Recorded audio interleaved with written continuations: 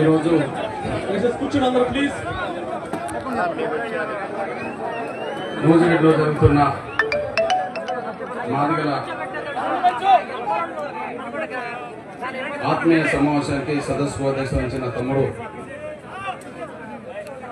యువరాజు గారికి, మాది గారికి, మనకు ముఖ్య అతిథిగా విచ్చేసిన మన సోదరులు శ్రేయభిలాషి మాదిగ రిజర్వేషన్ పోరాట సమితి ఉద్యమ ప్రస్థానం ముందుకు తీసుకెళ్తున్న దశలో దాదాపు 2.5 దశాబ్దాల నుంచే ఈ ఉద్యమానికి ఎన్నో రకాలుగా అండదండలు అందిస్తూ మాదిగలకు, ఎంఆర్పిఎస్ కు నిజమైన సోదరులుగా మనందరి అభిమానులు చూరగొన్న ఆంధ్రప్రదేశ్ రాష్ట్ర మంత్రివర్యులు సోదరులు ప్రార్థన సాధన గారికి, నా సోదరులు మాదిగ ఉద్యమంలో విద్యార్థి దశలోనే ఉద్యమంలో భాగస్వాములై తమ్ముడు చెప్పినట్టుగానే ఉద్యమ నాయకత్వం పనిలో రాష్ట్రం మొత్తం తిరుగుతున్న సమయంలో పగలొచ్చినా అర్ధరాత్రి వచ్చినా వాళ్లకు తనే వంటలు వండి అందరికి భోజనాలు ఏర్పాటు చేసి తిరిగి మళ్ళీ తను కూడా పనిలో పోయే ఒక సాధారణ విద్యార్థి నాయకుడిగా ఉద్యమాన్ని ప్రారంభించే క్రమంలో ఇవాళ తిరువూరు శాసనసభ్యుడిగా ఎన్నికై మనందరి అభిమానంతో అఖండ విజయం సాధించి మన ముందు నిలబడ్డ తమ్ముడు కొలికపూడి శ్రీనివాసరావు మాది గారికి, శాసనసభ్యుడు, మొత్తానికి ఇంత ఘనంగా నిర్వహించిన మొత్తం ప్రోగ్రామ్ కమిటీ సభ్యులైన ప్రతి ఒక్కరికి, నా సోదరులు రెల్లి సామాజిక వర్గం నుంచి ప్రకాష్ గారికి, దీన్ని సమన్వయం చేసిన ఎంఆర్పిఎస్ ఎంఎస్పీ నాయకత్వానికి, అదే సమయంలో అన్ని అనుబంధ విభాగాలకు సంబంధించిన నాయకత్వానికి, నా జనసేన ఇతర అన్ని రాజకీయ పార్టీలకు సంబంధించిన సోదరులైన ప్రతి ఒక్కరికి ఈ సభను జయప్రదం చేయడానికి దాదాపు 11 గంటల సుమారే ఇక్కడికి చేరి ఇప్పటి వరకు ఎంతో ఓపికతో ఉండబడే నా జాతి సోదరులందరికీ ప్రదర్శన జరుగుతున్నప్పుడు ఎంతో ఇబ్బందులు పడుతూ కూడా ప్రదర్శన చాలా సక్రమంగా జరగడానికి సహకరించిన నా పోలీస్ యంత్రాంగ ఎలక్ట్రానిక్ మిత్రులందరికీ, ప్రతి ఒక్కరికి ముందుగా నా హృదయపూర్వక నమస్కారాలు తెలియజేస్తున్నాను.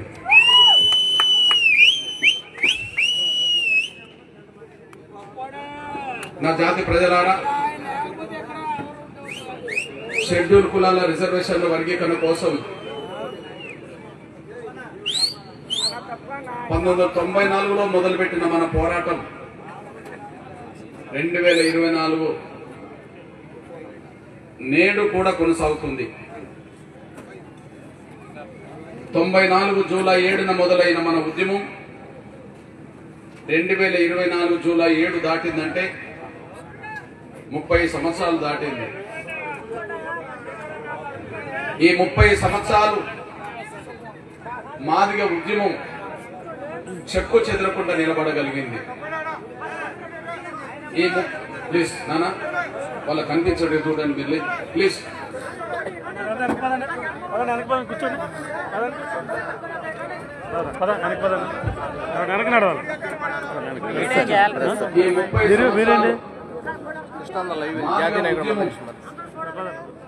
చెక్కు చెదరకుండా నిలబడగలిగింది.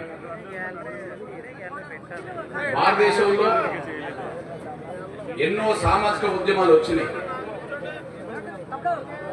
ఆ ఉద్యమాలు మొదలైన తర్వాత ఒక 5 ఏళ్ళు 10 ఏళ్ళు ఆ ఉద్యమ ప్రభావం ఆయా రాష్ట్రాల్లో కనిపించేది. కానీ మళ్ళీ మరో దశాబ్దం వచ్చేటప్పటికి ఆ ఉద్యమాల ప్రభావం ఎక్కడ కనిపించకుండా పోయిన సందర్భాలు ఎక్కువ కనిపిస్తుంటాయి. కానీ మాదిగ రిజర్వేషన్ పోరాట సమితి ఈ తెలుగు నేల మీద ఉద్యమం మొదలుపెట్టి 3 దశాబ్దాలుగా ఉద్యమం నడుపుతున్న క్రమంలో తెలుగు నేల మీద మొదలుపెట్టిన ఉద్యమం ఇతర రాష్ట్రాలకు విస్తరించి దేశంలో అధిక రాష్ట్రాలకు విస్తరించి ఇవాళ భారతదేశంలోనే అతిపెద్ద సోషల్ మూవ్మెంట్ ఏదన్నా ఉన్నది అంటే దేశవ్యాప్తంగా అందరికీ గుర్తొచ్చేది ఎంఆర్పిఎస్ మాత్రమే ఇవాళ గుర్తుకొస్తుంది. మరి ఏ సామాజిక ఉద్యమైనా ఒక 5 ఏళ్ళు 10 ఏళ్ల కంటే మించి నిలబడని ఈ పరిస్థితిలో మరి ఇది 3 దశాబ్దాలుగా ఎలా నిలబడగలిగింది, నిలబడమే కాకుండా ఎలా ముందుకు సాగింది, తెలుగు నేల మీదనే కాకుండా దేశవ్యాప్తంగా ఎలా విస్తరించింది, లక్ష్యాన్ని ఎలా ముద్దాడింది, ఈ విషయాన్ని మనం ఒక్కసారి అర్థం చేసుకుంటే ముందుగా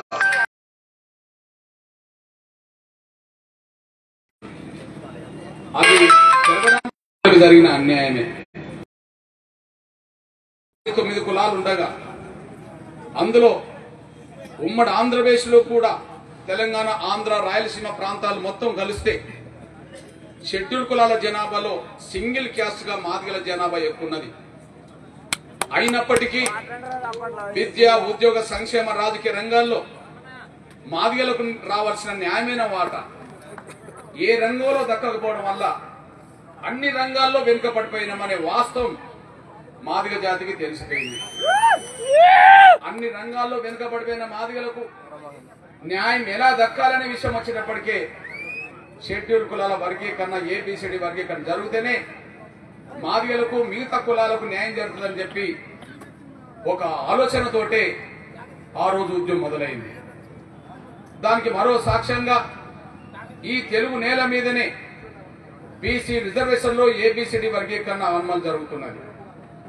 ఈ తెలుగు నేల మీదనే బీసీలో ఏబిసిడి వర్గీకరణ అమలు జరుగుతున్నప్పుడు ఎస్సీలో ఏబిసిడి వర్గీకరణ లేకపోవడం వల్లనే కదా ఉమ్మడి ఆంధ్రప్రదేశ్ లో మెజారిటీ జనాభా గల మాదిగలకు, ఇతర రెల్లి ప్రజలకు, ఇతర దళిత కులాలకు కూడా న్యాయం జరగలేకుండా పోతుంది. కాబట్టి న్యాయం దక్కేంత వరకు మాత్రం పోరాటం చేయాలని చెప్పి ఒక సంకల్పం పెట్టుకుని ఈ ఉద్యమం మొదలైంది. ఆ ఉద్యమం మొదలైన తర్వాత జరిగిన అన్యాయాన్ని ఊరు వాడ తెలియజేసే విధంగా ప్రచారం చేయడం జరిగింది. డాక్టర్ బాబాసాహెబ్ అంబేద్కర్ చెప్పాడు, నువ్వు ఏ లక్ష్యం కోసం ముందుకు సాగాలన్నా ఆ లక్ష్య సాధనలో అంతిమ విజయం వైపు నడవాలంటే 3 లక్ష్యాలు గుర్తు చేసుకోండి అని చెప్పాడు. నిరంతరం ప్రజలకు జరుగుతున్న అన్యాయాన్ని తెలియజెప్పే విధంగా బోధించాలి. ఆ బోధించే క్రమంలో సమీకరించాలి. ఆ సమీకరించే పోరాటంలో భాగంగా బలమైన ఉద్యమాన్ని నిర్మించాలి. బోధించకుండా, సమీకరించకుండా, పోరాడకుండా మీ లక్ష్యాలు నెరవేరు అని చెప్పి డాక్టర్ బాబాసాహెబ్ అంబేద్కర్ ఆ మహనీయుడు చెప్పడం జరిగింది. అప్పుడు మాదిగలకు జరిగిన అన్యాయాన్ని సరిదిద్దాలంటే, మాదిగలకు రావాల్సిన వాటా దక్కాలంటే, రెల్లి ప్రజలకు న్యాయమైన వాటా దక్కాలంటే, దళితుల్లో 58 కులాల వాటా 58 కులాలు దక్కాలంటే వర్గీకరణ ద్వారా తప్ప మరో మార్గం లేదు. కాబట్టి ఈ పోరాటాన్ని దశల వారీగా ముందుకు తీసుకెళ్లే ప్రయత్నం చేశాము. అయితే ఈ పోరాటానికి 2 సవాళ్లు బలంగా ఏర్పడ్డాయి. ఈ పోరాటానికి 2 సవాళ్లు దీనికి కొన్ని అడ్డంకులు ఎదురవుతాయి. దాన్ని ఎలా అధిగమించాలి? ఎన్ని అడ్డంకులు ఎదురైనా ఈ ఉద్యమం మీద భవిష్యత్తులో ఉద్యమం బలపడితే ఎన్ని సవాళ్లు ఎదురైనా, ఎన్ని కుట్రలు జరిగినా ఖచ్చితంగా ఎదుర్కొనే విషయంలో మాత్రం రాజీ పడద్దు అనే ఆలోచనతోటి ఆ నిర్ణయం తీసుకున్నారు. అంటే ఉద్యమానికి సవాళ్లు ఎదురవుతాయనే విషయం అనుకునే వచ్చే సవాళ్ళను ఎదుర్కోవడానికి మానసికంగా ఎంఆర్పిఎస్ ఉద్యమాన్ని మొదలుపెట్టిన రోజే అనుకున్నాం. కాబట్టినే భారతదేశంలో ఏ సామాజిక ఉద్యమాన్ని ఎదుర్కొనని సవాళ్లు, కుట్రలు ఎదుర్కొన్నా, ఎన్నో సందర్భాలు నిర్బంధాలు జరిగి వచ్చినా, ఎన్నో సందర్భాలు అక్రమ కేసులు పడి జైలు పాలు వచ్చినా, కొంతమంది బిడ్డల ప్రాణాలు కోల్పోతున్నా వర్గీకరణ లక్ష్య సాధన కాడ రాజీ పడొద్దనే పద్ధతిలోనే ఆ సవాళ్ళను ఎదుర్కొంటూ ఈ దశకు వచ్చేశాం. రెండోది ఆనాడు ఇంకొక విషయం కూడా అనుకున్నాం. ఈ ఉద్యమం బలపడుతున్న సమయంలో, ఈ ఉద్యమం సమాజంలో గుర్తింపుకు వస్తున్న సమయంలో పాలక వర్గాలు గాని, వివిధ రాజకీయ పార్టీలు గాని నాయకత్వాన్ని దగ్గర తీసుకునే ప్రయత్నం చేస్తుంటాయి.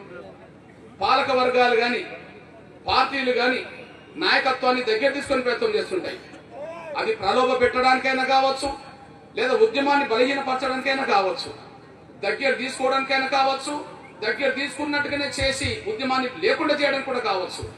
మరి అవకాశాలు వచ్చినప్పుడు ఎలా ఉండాలన్నప్పుడు లక్ష్య సాధన కోసం జరుగుతున్న పోరాటంలో నాయకులకు గుర్తింపు వస్తే ఆ గుర్తింపును అడ్డం పెట్టుకుని వ్యక్తిగత పదవుల కంటే జాతి భవిష్యత్ కోసమే పదవులు నిరాకరించాలని చెప్పి ఎంఆర్పిఎస్ మొదటి నుంచి అనుకున్నది. అందులో వచ్చే సవాళ్లను సవాలుగా ఎదుర్కోవాలనుకున్నది, వచ్చే అవకాశాలను తిరస్కరించాలనుకున్నది, నిర్బంధం వస్తే ఎదుర్కోవాలనుకున్నది, అవకాశాలు వస్తే తిరస్కరించాలనుకున్నది. అయితే మరి ఎంఆర్పిఎస్ ఉద్యమంలో పాల్గొన్న నా తమ్ములు, ఎంఆర్పిఎస్ ఉద్యమంలో పాల్గొన్న నా చెల్లెలు మరి కీలక స్థాయికి రాలేదా? వాళ్ళకు అవకాశం వస్తే సమయంలో, వాళ్ళకు అవకాశం వస్తుంది అనుకుంటున్న సమయంలో వాళ్ళని ప్రోత్సహించే పని చేసింది. నాయకుడిగా నాలంటోళ్ళు అవకాశాలకు దూరంగా ఉండాలనుకున్నాం కాబట్టి, నాయకుడిగా సమాజంలో ఒక జాతి ఉద్యమం నడుతున్న నాయకుడిగా వచ్చే అవకాశాలను నాయకుడిగా తిరస్కరించాలనుకోవడం అది కరెక్టే కానీ నా జాతి బిడ్డల అవకాశాలు పెంచాలని మాత్రం మొదటి నుంచి అనుకున్నా. అందువల్లనే ఎంఆర్పిఎస్ ఉద్యమంలో పాల్గొన్న సాధారణ కార్యకర్తలు ఆ తర్వాత జిల్లా స్థాయి నాయకులు కావచ్చు, రాష్ట్ర స్థాయి నాయకులు కావచ్చు, కానీ ఆయా సందర్భంలో ఏదో ఒక రాజకీయ పార్టీలో చేరితే మాత్రం వాళ్ళకు వచ్చే అవకాశాల కాడ స్వాగతించి నా బిడ్డలు పైకి రావాలని చెప్పి, నా తమ్ముడు చెల్లెలు పైకి రావాలని కోరుకున్నాను. దానివల్ల ఎంఆర్పిఎస్ ఉద్యమంలో పాల్గొన్న వాళ్ళు వార్డు మెంబర్లు అయినరు, కౌన్సిలర్లు అయినరు, సర్పంచ్లు అయినరు, జెడ్పీటీసీలు అయినరు, ఎంపీటీసీలు అయినరు, ఎంపీపీలు అయినరు, ఎమ్మెల్సీలు అయినరు, ఎమ్మెల్యేలు అయినరు, ఎంపీలు అయినరు, రాష్ట్ర మంత్రులు అయినరు, ఉప ముఖ్యమంత్రులు అయినరు. ఆ దశకు ఎంఆర్పిఎస్ మా పిల్లలు నడిపింది. ఇప్పుడు తమ్ముడే చెప్పాడు కదా శ్రీనివాస్, అది సత్యమే కదా. తమ్ముడే చెప్పాడు కదా శ్రీనివాస్, సత్యమే కదా. ఎంఆర్పిఎస్ ఉద్యమ నాయకత్వం ఒక ఇంట్లో పెద్దమ్మ సదాలక్ష్మి గారి ఇంట్లో ఉండి ఉద్యమాన్ని విస్తరిస్తున్న దశలో నాయకులు ప్రచారంకి వచ్చేటప్పటికి ఒక సెంట్రల్ యూనివర్సిటీ స్టూడెంట్ గా ఉండి కూడా ఈ ఉద్యమాన్ని ముందుకు తీసుకెళ్లే క్రమంలో అందరికీ భోజనాలు పెట్టి మరి అందరితో కలిసి పనిచేసే పాత్ర పోషించారని చెప్పారు. లేదా ఉద్యమ అవసరం కోసం ఫలాని జిల్లాకి వెళ్లి రాజకీయ ప్రచారం చేయమంటే అన్న పిలుపు మేరకు మేము అక్కడికి పోయి ప్రచారం చేసినా చెప్పడం జరిగింది. అంటే మరి ఆ తమ్ముడు ఇవాళ ఎమ్మెల్యే కూర్చున్నాడు, గర్వపడుతున్నాడు. ఇప్పుడు శాసనసభలో ఎంఆర్పిఎస్ నాయకుడిగా పనిచేసిన తమ్ముడు రాజు కూడా ఎంఆర్పిఎస్ ఉద్యోగంలో పనిచేసే తమ్ముడు. అంతేకాదు వరప్రసాద్ ఎంఆర్పిఎస్ కు లీగల్ సెల్ కన్వీనర్ గా పనిచేసి ఆయన ఎమ్మెల్యేలు గెలిచి రాష్ట్ర మంత్రిగా పనిచేసిన సమయం అనిపించింది. ఒక మాదిగ రిజర్వేషన్ పోరాట సమితి ఒక నియోజకవర్గ ఇన్ఛార్జ్ గా పనిచేసిన, ఇబ్రాహీంపట్నం నియోజకవర్గ ఇన్ఛార్జ్ గా పనిచేసిన పుష్పలీల రాష్ట్ర మంత్రిగా పనిచేసేసింది. ఎంతో మంది ఎమ్మెల్యేలు ఇప్పుడు తెలంగాణ శాసనసభలో కూడా మాదిగ రిజర్వేషన్ పోరాట సమితి పోయిన వాళ్ళు ఉన్నారు. ఎంపీగా పనిచేసిన వాళ్ళు, ఎంఆర్పిఎస్ లో పనిచేసిన వాళ్ళు ఉన్నారు. దానికి గర్వపడుతున్నది ఏంటంటే వ్యక్తిగా నాయకుడిగా అవకాశాలు తిరస్కరించడం అంటే ఎంత వాస్తవమో నా జాతి బిడ్డలు పైకి రావాలని కోరుకున్నమాట. అవును, తిరస్కరించకపోతే ఉద్యోగం నిలబడదు కదా. ఒకవేళ వ్యక్తిగా వచ్చే అవకాశాలు తీసుకున్నాం అనుకోండి, రాలేదా వ్యక్తిగా అవకాశాలు రాలేదా, ఒకసారి కాదు, 2 సార్లు కాదు, 3 సార్లు కాదు, 5-6 సార్లు కూడా అవకాశాలు వచ్చినాయి. కానీ ముందు ఏ మాట అనుకున్నామో ఈ ఉద్యమం లక్ష్యం చేరాలంటే వచ్చే కుట్రలను నిర్బంధాలు ఎదుర్కోవాలి, ఆడ రాజీ పడద్దు. అదే సమయంలో నాయకుడిగా గుర్తింపు వచ్చినప్పుడు అవకాశాలు కూడా వస్తాయి, అవకాశాలు తిరస్కరించాలి. ఇది ఆనాడు అనుకున్న మాట. అందుకనే 1998లో చంద్రబాబు నాయుడు గారు నాకు మన తమ్ముడు ఏ శ్రీనివాస్ అవుతే డాక్టర్ సుగుణకుమారికి పెద్దపల్లిలో టికెట్ వస్తే వెంకటస్వామి గారిని ఓడించమన్నప్పుడు ఆ టికెట్ సుగుణకుమారికి కాదు, ముందు నాకు వచ్చిన టికెటే ఆ రోజు వదులుకుంటే ఆ చెల్లె ఎంపీ అయిపోయింది. అది అందరూ తెలిసిన విషయమే. 99లో చంద్రబాబు నాయుడు గారు రాజ్యసభ ఇవ్వడానికి ప్రయత్నం చేశాడు, నిరాకరించుకున్నాం. 2007లో స్వర్గీయ రాజశేఖర్ గారు ముఖ్యమంత్రి ఉన్న కాలంలో నాకు జూపుడి ప్రభాకర్ రావుకు తెల్లారగట్ల 4 గంటలకు పిలిచి ఇద్దరికి ఎమ్మెల్సీలు చేసి మంత్రి చేస్తామని చెప్పడం జరిగింది. సోదరుడు జూపుడి ప్రభాకర్ ఎమ్మెల్సీ తీసుకున్నాడు, నేను నిలబడి నాకు ఏబిసిడి కావాలని చెప్పి నేను బయటికి రావాల్సిన పరిస్థితి వచ్చేసింది. అదే సమయంలో 2009లో ఉమ్మడి వరంగల్, ఇప్పుడు వరంగల్ ఎస్సీ పార్లమెంటు నియోజకవర్గం, అది మన సొంత జిల్లా. అక్కడ కూడా రాజశేఖర్ గారు కేవీపీ రామచంద్రరావు గారు పిలిచి కృష్ణానికి కాంగ్రెస్ పార్టీ టికెట్ ఇచ్చి మేమే గెలిపించుకుంటాం కదా, ఒక రూపాయిని ఖర్చు పెట్టాల్సిన అవసరం లేదు కదంటే నాకు అవసరం లేదనుకుంటే అక్కడ సిరిసిల్ల రాజే అయిన ఒక తమ్ముడి పెద్ద ఆయనకు అక్కడ టికెట్ పోవాల్సి వచ్చింది. అదే సమయంలో 2012-13లో జగన్మోహన్ రెడ్డి గారు కొత్తగా వైసీపీ పార్టీ పెట్టిన కాలంలో కృష్ణన్న లోటస్ పాండ్ లో వర్గీకరణ గురించి కలిసినప్పుడు కృష్ణన్న నీకు రాజ్యసభ ఇస్తాను, ఆ రాజ్యసభ తీసుకొని నువ్వు పార్లమెంట్కి వెళ్ళవచ్చు కదంటే నాకు అవసరం లేదు, మీ పార్టీలో మారపాని టైం ఉన్నాడు, ఆయనకు వీలైతే ఇచ్చు అని చెప్పి ఆనాడు అన్నాను. సరే ఆయనకి ఇవ్వలేదు కానీ నాకు వచ్చే అవకాశం తిరస్కరించుకున్నాం. ఇవాళ 2024లో ఉన్నాం. 24లోనే కదా పార్లమెంట్ ఎన్నికలు జరిగినాయి. అన్ని పత్రికలు ఉమ్మడి ఆంధ్రప్రదేశ్ లో 2 తెలుగు రాష్ట్రాల్లో ఆంధ్రజ్యోతి నుంచి మొదలుకుంటే, ఈనాడు నుంచి మొదలుకుంటే, సాక్షి నుంచి మొదలుకుంటే అన్ని ప్రధాన పత్రికలు, అన్ని ప్రధాన ఎలక్ట్రానిక్ మీడియా ఏం ప్రచారం చేసింది? కృష్ణమాది గారిని చాలా దగ్గర చూసుకుంటున్నాడు కనుక, తన తమ్ముడిగా చూసుకుంటున్నాడు కనుక ప్రధానమంత్రి ఆశీస్సులతోటి, బీజేపీ పెద్దల ఆశీస్సులతోటి, అమిత్ షా గారి అండదండలతోటి కృష్ణమాది గారికి వరంగల్ సీటు ఖాయం కాబోతుంది, పార్లమెంట్ సీటు ఖాయం కాబోతుంది అని చెప్పి అన్ని పత్రికలు ఎలక్ట్రానిక్ మీడియా రాయడం జరిగింది. అయినప్పటికీ కూడా ఆ అవకాశం నిరాకరిస్తే ఆరూరు రమేష్ అనే తమ్ముడికి బీజేపీ టికెట్ ఇప్పించాల్సి వచ్చింది. ఎందుకు చెప్తున్నానంటే 98 మొదలుకొని 2024 వరకు కూడా అవకాశాలు వచ్చినా ఎందుకు తిరస్కరించమంటే, ఒక్క అవకాశం నాకు వస్తే నేను నా చుట్టూనోళ్ళు బాగుపడతారు, కానీ వర్గీకరణ సాధిస్తే నా జాతి 100 తరాలు బాగుపడతాయి కదా. ఎస్సీ వర్గీకరణ సాధిస్తే నా జాతి రాబోయే 100 తరాలు బాగుపడతాయి కదా. 100 తరాల నా జాతి బిడ్డల భవిష్యత్తును కాపాడడానికి వ్యక్తిగా మా అవకాశాలు తిరస్కరిస్తే ఉద్యమం నిలబడి ముందుకు సాగుతుంది కదా అని చెప్పి ఈ లక్ష్య సాధన కోసం అవకాశాలు వదులుకున్న మనిషి మీరు మర్చిపోదని సార్ నేను కోరుతున్నాను. అందుకనే మీ బిడ్డగా మీ అన్నగా చెప్తున్నాను, ఈ ఉద్యమం అనేది వ్యక్తుల కోసం జరగట్లేదు, జాతి భవిష్యత్తు కోసం జరుగుతుంది. జాతి భవిష్యత్తు కోసం జరుగుతుందనే విషయం జాతి గమనించింది కాబట్టినే ఎన్ని ఆటుపోట్లు ఎదురైనా ఉద్యమానికి, నాయకత్వం మీద ఎన్ని నిందలు వచ్చినా, నాయకత్వం మీద ఎన్ని ఆరోపణలు వచ్చినా, నాయకత్వం మీద ఎన్ని నిర్బంధాలు వచ్చినా కూడా ఏదైనా మా అన్న మా కోసమే చెప్తున్నాడని చెప్పి జాతి యావత్తు మొదటి నుంచి అంతా నిలబడ్డది కాబట్టి ఈ ఉద్యమం నిలబడుకుంటూ వచ్చేసింది. ఈ నేపథ్యంలోనే ఎస్సీ రిజర్వేషన్ల వర్గీకరణ అంశం ఎట్టకేలకు విజయం సాధించడం జరిగింది. మీ అన్నగా చెప్తున్నా, నా సోదరుడు, మన మిత్రుడు, మన అందరికీ శ్రేయోభిలాషైన ప్రార్థన సాధనతోటి ఆయా సందర్భంలో ఫోన్లో నేను ఎక్కడెప్పుడు మాట్లాడుతూనే ఉంటాను. ఆయన ఎక్కడున్నా మాదిగ ఉద్యమ శ్రేయోభిలాషి, ఆయన ఎక్కడున్నా మాదిగ ఉద్యమానికి న్యాయం జరగాలని కోరుకునే వ్యక్తి. నేను చాలా సందర్భాలు అన్నతో మాట్లాడినా, కానీ ఒక విషయం మాత్రం గుర్తు చేస్తున్నా, మాదిగ రిజర్వేషన్ పోరాట సమితి మాలలకు వ్యతిరేకం కాదు, కానీ మాలలే మాదిగలకు ఇతర కులాలకు వ్యతిరేకంగా మాట్లాడారు. మాదిగ రిజర్వేషన్ పోరాట సమితి మాలలకు వ్యతిరేకం కాదు, కానీ మాలల్లో ఉండబడే కొంతమంది స్వార్థపరులే వర్గీకరణ కడ్డు తగులుతూ మాదిగల ఆకాంక్షలు దెబ్బతీసే కుట్రలు, రెల్లి ప్రజల ఆకాంక్షలు దెబ్బతీసే కుట్రలు 30 ఏళ్లుగా కొనసాగుతూ వస్తున్నారు. ఇక్కడ మీ అన్నగా ఒక విషయం గుర్తు చేస్తున్నా, ఇంతకు ముందు నా సోదరుడు ప్రకాష్, రెల్లి సామాజిక వర్గం సంబంధించిన సోదరుడు, ఆయన వచ్చి ఏమన్నాడు, అన్న మమ్మలను ఆ సోదర సామాజిక వర్గం మమ్మల్ని ఎట్లా పట్టించుకోదు, కానీ మీరన్న మమ్మల్ని పట్టించుకోండి అన్న, మీరన్న మా గురించి ఆలోచించండి అన్న, కనీసం రెల్లి పేరు ఒకసారి మాట్లాడన్నా అని చెప్పి ఆయన విజ్ఞప్తి చేస్తున్నాడంటే దళితుల్లో ఇట్లాంటి కులాల ఆవేదన ఏ స్థాయిలో ఉన్నదో మనం అర్థం చేసుకోవడానికి అవకాశం వచ్చేసింది. ఇగో మాలలకు మాదిగలకు తేడా ఏంటిది? ఎస్సీ రిజర్వేషన్ వర్గీకరణ జరగనీయము అని చెప్పి మాలల్లో స్వార్థపరులు అంటారు, ఎస్సీ వర్గీకరణ జరగాల్సిందే అని చెప్పి దళితులందరి పక్షాన ఎంఆర్పీఎస్ అంటుంది. 30 ఏళ్లుగా ఈ సమాజం చూస్తున్నది. వర్గీకరణ అడ్డం పడే వాళ్లకు, వర్గీకరణ కోరుకునే వాళ్ళకు తేడా ఒక విషయం చెప్తా. వర్గీకరణ అడ్డం పడే వాళ్లకు, వర్గీకరణ కోరుకునే వాళ్ళకు తేడా ఒక విషయం చెప్తాను నేను. ప్లీజ్. ఎస్సీ రిజర్వేషన్ వర్గీకరణ అడ్డం పోవడం అంటే అర్థం ఏంటంటే 59 కులాల దళితులకు దక్కాల్సిన అవకాశాలు మేమే తింటాం, మేమే అభివృద్ధిలోకి వద్దామని వాళ్ళ ఆలోచన, స్వార్థం. కానీ షెడ్యూల్ కులాల రిజర్వేషన్లు అంబేద్కర్ ఏర్పాటు చేసిండు.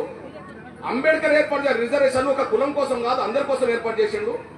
అందరి కోసం ఏర్పాటు చేసిన రిజర్వేషన్లు దళితుల్లో ఉండబడే అన్ని కులాలకు దక్కాల్సిందే అని చెప్పి ఎంఆర్పీఎస్ వాదన.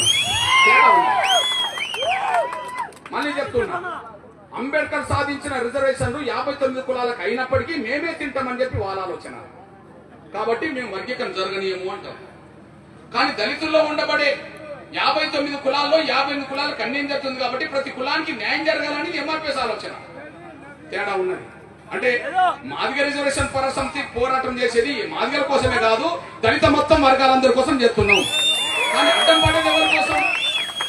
వర్గీకరణకు అడ్డం తగిలేది ఎవరి కోసం? వాళ్ళ స్వార్థం కోసం. అంటే రిజర్వేషన్ ఫలాలు ఏకపక్షంగా మేమే తింటామనే స్వార్థం అందులో ఉన్నది. కానీ రిజర్వేషన్ ఫలాలు అందరికి దక్కాలన్న ఆలోచన మార్గ జాతికి ఉన్నది. ఆ విధంగా మీ దృష్టి తీసుకొస్తున్నాను. దానికి సాక్ష్యం ఒక విషయం చెప్తున్నాను. దానికి సాక్ష్యం చెప్తున్నాను.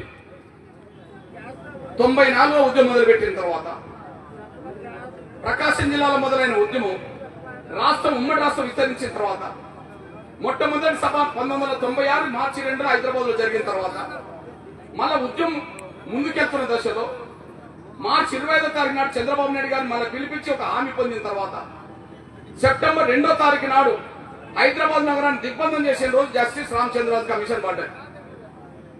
జస్టిస్ రామచంద్రరాజు కమిషన్ పడ్డది. గౌరవ చంద్రబాబు నాయుడు గారు ముఖ్యమంత్రి చేశారు.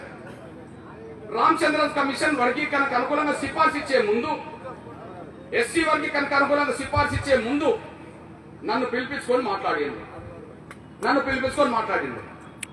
జస్టిస్ రామచంద్రరాజు కమిషన్ ఎక్కడ తను ఉత్తరాంధ్రకు సంబంధించిన వ్యక్తి, విజయనగరం సంబంధించిన వ్యక్తి జస్టిస్ రామచంద్రరాజు. ఆయన నన్ను పిలిపించుకున్నాడు. కృష్ణమాది గారు, ఇది రామచంద్రరాజు కమిషన్. ఆయన ఒక మాట అన్నాడు, కృష్ణమాది గారు మీ పోరాటంలో న్యాయం ఉన్నది. షెడ్యూల్ కులాల జనాభాలో ఉమ్మడి ఆంధ్రప్రదేశ్ లో మెజార్టీ మీలే ఉన్నా అవకాశాలు మాత్రం మీకు దక్కకుండా పోయినాయి. మెజార్టీ మీలే ఉన్నా అవకాశాలు మీకు దక్కకుండా పోయినాయి. ఖచ్చితంగా మీ పోరాటంలో న్యాయం ఉన్నది, వర్గీకరణ జరగాల్సిందే. నేను దాన్ని అంగీకరించబోతున్నా. కాకపోతే మీ నుండి ఒక జవాబు కోరదలుచుకున్నా, మీ నుండి ఒక ప్రశ్న వేస్తే జవాబు కోరదలుచుకున్నా. మీరు జవాబు ఎలా చెప్తారో చూడదలుచుకున్నా. నేను ఒక ప్రశ్న చేస్తున్నా, జవాబు చెప్తావా అన్నాడు. చెప్తానని నేను అన్నా.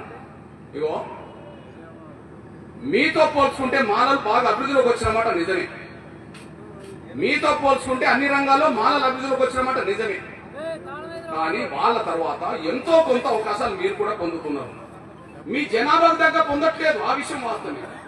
మీ జనాభా ఎంతో, ఉదాహరణకు ఉమ్మడి ఆంధ్రప్రదేశ్ లో ఒక 8% ఎస్సీ జనాభాలో మాదిగలు ఉన్నారనుకోండి, మీకు దక్కినాయి 3-4% దక్కినాయి.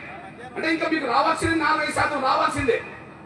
కానీ మీతో పోల్చుకుంటే కూడా ఇంకా ఉత్తరాంధ్ర అనబడుతున్నబడే రెల్లి ప్రజలు ఇంకా వెనుకబడిపోయినరు.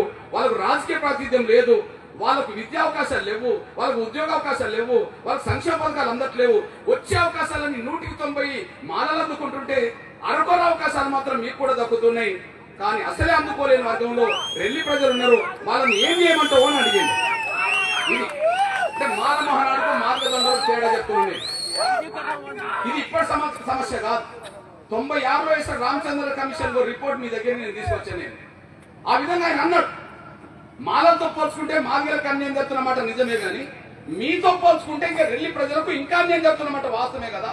వాళ్ళకి పరిష్కారం ఏమిటి పెడతామంటే రామచంద్ర గారికి ఒక మాట చెప్పాను. సార్, మేము దళితుల్లో మాలలతో పోల్చుకుంటే మేము వెనుకబడ్డామనే విషయం గ్రహించి మేము ఉద్యమం మొదలు పెట్టాము. మీ కమిషన్ రిపోర్ట్ లో మాదిగల కంటే వెనుకబడ్డవారు కూడా ఉన్నారనే విషయం మీకు అర్థమైనప్పుడు రేపు వర్గీకరణ చేస్తే ఆ వర్గీకరణ ఫలాలు పంచేటప్పుడు మొట్టమొదటి అవకాశాలు మీరు ఎంత పర్సెంటేజ్ ఇచ్చినా ఏ గ్రూప్ లో వాళ్ళనే పెట్టండి సార్ అని నేను చెప్పడం జరిగింది. మొట్టమొదటి అవకాశాలు మీ పర్సెంటేజ్ ఎంత డిక్లేర్ చేస్తామో చేసేసి, కానీ ఏ గ్రూప్ లో మాత్రం మొదలు మీ వాళ్ళనే పెట్టండి అంటే చంద్రబాబు నాయుడు గారు ప్రభుత్వం చేసిన వర్గీకరణ ఏబిసిడిలో ఏ గ్రూప్ లో రెల్లి ప్రజలు వచ్చారు, బి గ్రూప్ లో మాదిగలు వచ్చిందని మర్చిపోతాం. ఏ గ్రూప్ లో మాదిగ ప్రజలు రాలే. ఎస్సీ వర్గీకరణ జరగాలని పోరాటం చేసింది ఎవరు, జైలుకి వెళ్ళింది ఎవరు, అప్పటికే చచ్చిపోయింది ఎవరు, ఎంఆర్ఎస్ మాదిగ పిల్లలు. కానీ అవకాశాలు వస్తే ముందు అవకాశాలు ఎవరికి ఇప్పించారు? మాదిగల కంటే వెనుకబడ్డవారికి ఇప్పించారు. అంటే మాల మహానాడు వాదన, స్వార్థపరులైన మాలల వాదన, అందరు అవకాశాలు మేము దించుతామని చెప్పి, కానీ మాదిగ దొండర వాదన అవకాశాలు అందరికి దక్కాలని చెప్పి, అందరికి దక్కే కాడ కూడా ఇంకా వెనుకబడ్డ వాళ్ళకు ముందు దక్కాలని చెప్పి ఎంఆర్ఎస్ ప్రతిపాదన చేసింది. దాని ఫలితమే ఒక రోజు డాక్టర్ ఆడెం అనే ఒక ప్రొఫెసర్ డాక్టర్ ఆడమని ఒక ప్రొఫెసర్ ఒక విషయం చెప్పాడు. ఏం చెప్పాడు? బహిరంగ పబ్లిక్ లోనే చెప్పాడు. ఏప్రిల్ 27వ తారీఖు నాడు 2007లో స్వర్గీయ రాజశేఖర్ గారు ముఖ్యమంత్రి ఉన్న కాలంలో మన ఇక్కడ సింగనగర్ లో పబ్లిక్ మీటింగ్ పెట్టినప్పుడు ఆ మీటింగ్ ముఖ్య అతిథికి వచ్చిన రాజశేఖర్ గారు ముందే డాక్టర్ ఆడమ్ ఏం చెప్పిండంటే, సార్ కృష్ణ మాదిగ గారు ఎంఆర్పీ చేసే పోరాటం మాదిగల కోసం అనుకోబాకండి సార్, ఏబిసిడి వర్గీకరణ జరిగితే ముందు మా రెల్లి ప్రజలు బాగుపడతారు సార్ అని చెప్పి మాట్లాడింది. ఆయన ఉదాహరణ చెప్పడం జరిగింది. సార్ వర్గీకరణ జరగక ముందు 50 ఏళ్లలో, ఎస్సీ వర్గీకరణ జరగక ముందు 50 ఏళ్లలో మా రెల్లి ప్రజల తరఫున ఒక్కనే డాక్టర్ సార్. ఎస్సీ వర్గీకరణ జరగక ముందు మా రెల్లి ప్రజలందరి తరఫున ఒక్కనే డాక్టర్ సార్. కానీ ఏబిసిడి వర్గీకరణ 5 ఏళ్ల అమలు జరిగిన కాలంలో మేము 300 మంది డాక్టర్లు అయినాం సార్ అని చెప్పడం జరిగింది.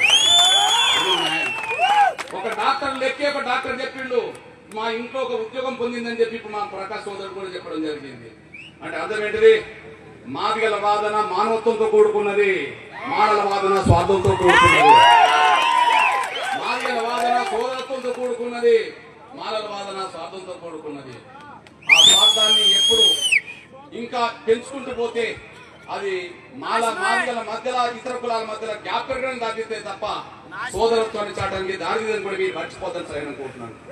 ఈ నేపథ్యంలోనే మీ అన్నగా చెప్తున్నాను, రేపు జరగబోయే పోరాటంలో నేను మొన్న సార్ రాజసాదన్న నేను ఆత్మసాక్షిగా చెప్తున్నా, మొన్న మా తమ్ముడు చంద్రబాబు నాయుడు గారిని కలిసే సమయానికి మా తమ్ముడు నన్ను అక్కడ లోపల కలిసిండు.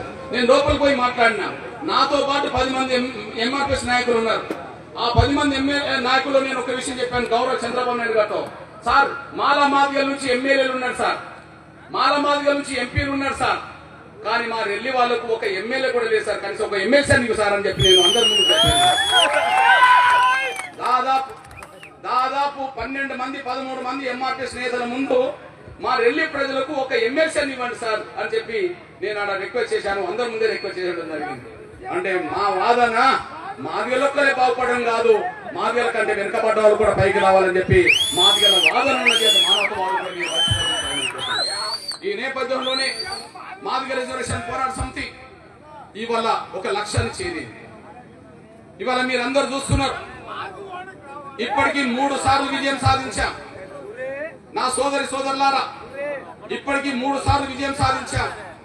ఆ విజయ ఫలాలు అందుబాటులోకి వచ్చి మన బిడ్డలకు అవకాశాలు దక్కబోయే సమయంలో మన పిల్లల నోటికాడు కూడు ఇవాళ పల్లెంలో పెట్టిన అన్నాన్ని వాళ్ళు లాగేసినట్టుగా వాళ్ళు ప్రతిసారి మన అవకాశాలు లాగేసుకుంటూ పోతున్నారు.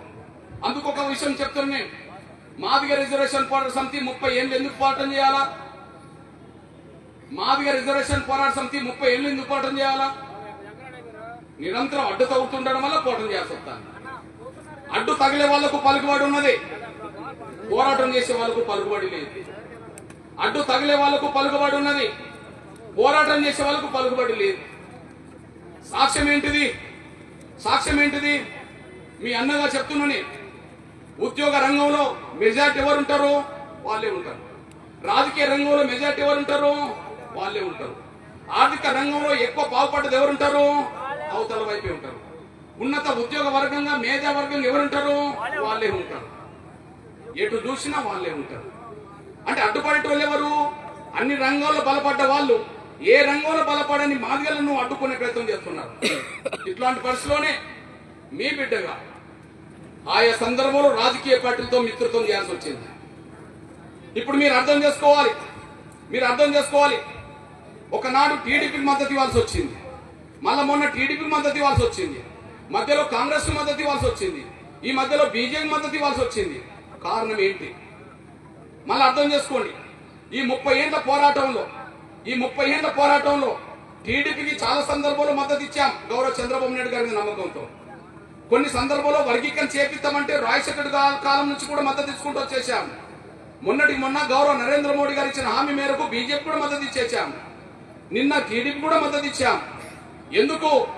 వాళ్ళకు మద్దతు ఇస్తూ మనం లక్ష్యాన్ని చేరాల్సి వస్తుంది. ఒక విషయం మీ దృష్టి తీసుకుంటున్నాను, వర్గీకరణ కావాలనుకునే వాళ్ళది ఒక న్యాయం ఉన్నది, కానీ శక్తి లేదు, మనకు పలుకుబడి లేదు. వర్గీకరణ కోరుకునే వాళ్లకు న్యాయం ఉన్నది, వాళ్ళకి శక్తి పలుకుబడి లేదు. కానీ వర్గీకరణ అడ్డుకునే వాళ్ళకి స్వార్థమే, కానీ వాళ్ళకి పలుకుబడి ఉన్నది. నేను యూపీఏ గవర్నమెంట్ లో చూసా 2004లో సుప్రీంకోర్టులో మనం వీగిపోయినాం అనుకుందాం. దానికి కారణం ఏంది? సుప్రీంకోర్టులో కె రామస్వామి అని సుప్రీంకోర్టులో జడ్జి మానసాతో ఉన్నాడు. అక్కడ పశ్చిమ గోదావరి జిల్లాకు సంబంధించిన వ్యక్తి. ఆ రోజు యూపీఏ గవర్నమెంట్ అఫిడవిట్ వర్గీకరణకు అనుకూలంగా ఇవ్వడానికి నిరాకరించింది. ఎస్సీ వర్గీకరణకు అనుకూలంగా అఫిడవిట్ ఇవ్వడానికి నిరాకరించింది. నిరాకరించడానికి కారణం ఏంది? కాంగ్రెస్ యూపీఏ గవర్నమెంట్ లో మాలా సామాజిక వర్గానికి సంబంధించిన వాళ్ళ పెత్తనం ఎక్కువ. ఆనాడు పనవాక లక్ష్మి లేదా జేడి శీలం, హర్ష కుమార్, చింతమోహన్ లాంటి ప్రముఖులను పడుతున్న వాళ్ళు, వెంకటస్వామి లాంటి, కాకా లాంటి దేశంలోనే దళిత వర్గాలు పారిశ్రామికవేత్తగా ఎదిగిన రాజకీయ ఎదిగిన వాళ్ళందరూ అడ్డం పడుతూ వచ్చేశారు. అంతేవరకే కాదు, మీ అన్నగా చెప్తున్నా నేను, ఆనాడు యూపీఏ ప్రభుత్వం ముగ్గురు చేతుల్లో నడిచింది. యూపీఏ చైర్పర్సన్ శ్రీమతి సోనియా గాంధీ గారు, ఆమె సలహాదారుడు కొప్పుల రాజు, కృష్ణా జిల్లా మాల. ఓకే, రాహుల్ గాంధీకి సలహాదారుడు ఐఏఎస్ అధికారి రాజశేఖర్ మాల. ప్రధానమంత్రి కార్యాలయంలో కాంతారావు ఐఏఎస్ అధికారి మాల. ఎటు చూసినా అడిగిపోయింది. నువ్వు మంత్రివర్గం చూస్తావా వాళ్ళే, జడ్జీలు చూస్తారా వాళ్ళే, సలహాదారులు చూస్తారా వాళ్ళే, ఎక్కడ చూసినా వాళ్ళే. అంటే మనం ఒంటరి వాళ్ళం, మనం బలహీనం, మన శక్తివంతం. మరి ఇట్లాంటి పరిస్థితిలో మరి నేను ఎందుకు ఆయా సందర్భంలో మద్దతు ఇచ్చుకుంటూ వచ్చాను? వ్యక్తిగతం కోసం కాదు, జాతి భవిష్యత్తు కోసం. ఉదాహరణకు మీ అందరికీ చెప్తున్నాను, మనకు శక్తి లేదు, శక్తిని కూడా కట్టుకోవాలి. మనకు శక్తి లేదు, మద్దతు కూడా కట్టుకోవాలి. ఆ మద్దతు కూడా కట్టే క్రమంలో ఒకనాడు చంద్రబాబు నాయుడు గారు, కృష్ణ మీ వైపు న్యాయం ఉన్నది, నేను వర్గీకరణ చేస్తాను. మాల వాళ్ళము అడ్డు తగులుతున్నారు, అయినప్పటికీ నేను వర్గీకరణ చేస్తా అంటే, మరి అడ్డు తగిలే వాళ్ళు బలమైన శక్తివంతులు అయినప్పుడు వర్గీకరణ చేస్తామని చంద్రబాబు నాయుడు గారు ముందుకు వచ్చినప్పుడు ఆయనకు అండగా నిలబడడం ద్వారా మనం మద్దతు తీసుకోవచ్చు కదా అని చెప్పి మనకు శక్తి లేనప్పుడు శక్తిని కూడా కట్టుకోవాలి కదా. మనకంటే 100 రెట్లు శక్తివంతులు కదా అడ్డుపడేటోళ్ళు. మన సొంత శక్తితో గెలిచే అవకాశం లేదు కదా. మన బలమైన శక్తి తోడాలి కదా. ఆ బలమైన శక్తి ఉన్నప్పుడు అప్పుడు పాలక వర్గం నడుపుతున్న చంద్రబాబు నాయుడు గారు కదా, ఆయనకు అండగా నిలబడడం, ఆయన వర్గీకరణ చేసిండు. 22,000 ప్రభుత్వ ఉద్యోగాలు ఆనాడు కాలంలో మన బిడ్డలు రావడానికి దాచేసింది. అంటే చంద్రబాబు నాయుడు గారికి మద్దతు ఇవ్వడం వల్ల ఏబిసిడి చేసిండు. మన పిల్లలు కొంత న్యాయం జరిగింది. కానీ 2004లో ఎస్సీ వర్గీకరణ సుప్రీంకోర్టులో రద్దు చేసిందని చెప్పాను కదా. అక్కడ యూపీఏ గవర్నమెంట్ మనకు అనుకూలంగా అఫిడవిట్ ఇవ్వలే. వాళ్ళు వర్గీకరణకు అడ్డు తగిలేట వాళ్ళు పలుకుబడి ఉన్నది. సుప్రీంకోర్టులో జడ్జీలు వాళ్ళు ఉన్నారు, మనకు న్యాయం జరగలేదు. అయినప్పటికీ స్వర్గీయ రాజశేఖర్ గారు, కృష్ణ కాంగ్రెస్ పార్టీలో మానవ ఆధిపత్యం ఉన్నప్పటికీ కూడా న్యాయం ఈ వైపు ఉన్నది కాబట్టి ఖచ్చితంగా మీకు అండగా నిలబడతా, మీ సహకారం కూడా కావాలన్నాడు. మీ అందరు తెలుసు, ఏప్రిల్ 27, 2007 విశ్వరూప మహాసభకి అదే విజయవాడలో జరిగిన సింగనగర్లో ముఖ్య అతిథిగా రాజశేఖర్ గారిని పిలిచినామా లేదా? లక్షల మంది ఆ రోజు వచ్చారా లేదా? ఆనాడు హామీ ఇచ్చి మన సహకారం కోరిండు. మరి కాంగ్రెస్ పార్టీలోనే మానవ ఆధిపత్యం ఎక్కువ ఉన్నదనే విషయం మనకు తెలిసిన, మరి అక్కడ ఉండబడి రాజశేఖర్ గారు ఒక ముఖ్యమంత్రి కాబట్టి కృష్ణ నేను నీకు అండగా నిలబడతా, నువ్వు కూడా మా సహకారం కావాలంటే ఆయన కూడా సహకరించాం కదా. అంటే అర్థం ఏంటిది? నాకు వ్యక్తిగత ప్రయోజనాల కంటే నా జాతి భవిష్యత్తు ముఖ్యమని చెప్పి ఆయన ప్రయాణం చేశారు. ఇప్పుడు మీ అన్నగా చెప్తున్నాను, మొన్నటికి మొన్న దేశ ప్రధానమంత్రి గౌరవ నరేంద్ర మోడీ గారు ఈ దేశానికే కాదు, ఒక బీసీ నేతగా దేశాన్ని నడుపుతున్నాడు. నెహ్రూ కాలం నుంచి మన్మోహన్ సింగ్ గారి కాలం వరకు ఈ దేశాన్ని పరిపాలించిన వాళ్ళందరూ ప్రధానమంత్రులందరూ ఉన్నత వర్గాలకు సంబంధించిన వాళ్ళే. కానీ మొట్టమొదటి దేశ ప్రధానమంత్రి ఆకలి బాధలు అనుభవించిన కుటుంబం వచ్చిన వ్యక్తి, తల్లి పాసి పనులు చేస్తూ పిల్లలు పోషించిన కుటుంబం, తండ్రి చిన్న టీ కొట్టు పెడితే రైల్వే స్టేషన్ టీ కొట్టు పెడితే టీ గ్లాసులు కడిగిన పరిస్థితి నుండి నరేంద్ర మోడీ గారు ఎదిగి దేశ ప్రధానమంత్రి అయ్యాడు. ప్రపంచ దేశాలను ప్రభావితం చేసే కాడ 3-4 ఇవాళ ప్రధానమంత్రి నరేంద్ర మోడీ గారు ఒకరు ప్రపంచాన్ని ప్రభావితం చేసే కాడ. అట్లాంటి దేశ ప్రధానమంత్రి మాదిగలు పిలిస్తే మాదిగల ఆవేదన ఉందో వినడానికి, మాదిగలకు జరిగిన అన్యాయం ఏందో చూడడానికి స్పష్టంగా దేశ ప్రధానమంత్రి అన్న. థ్యాంక్ యూ అన్న.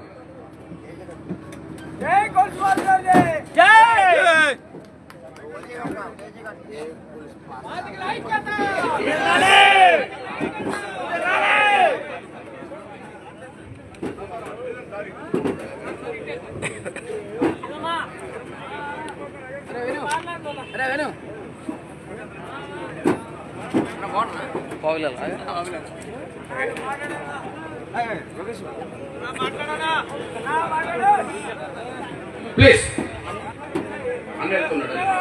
ఓకే మీ అందరు తెలుసు ఈ ప్రపంచాన్ని ప్రభావితం చేసే మన దేశ ప్రధానమంత్రి గౌరవ నరేంద్ర మోడీ గారే మాదిగల ఆవేదన ఏందో కళ్ళారా చూడడానికి, మాదిగలకు జరిగిన అన్యాయం ఏందో చెవులారా వినడానికి, మాదిగల సంకల్పం ఏందో కళ్ళారా చూడడానికి నవంబర్ 11, 2023 హైదరాబాద్ పరేడ్ గ్రౌండ్ లో మనం పెట్టిన విశ్వరూప మహాసభకు వచ్చాడు.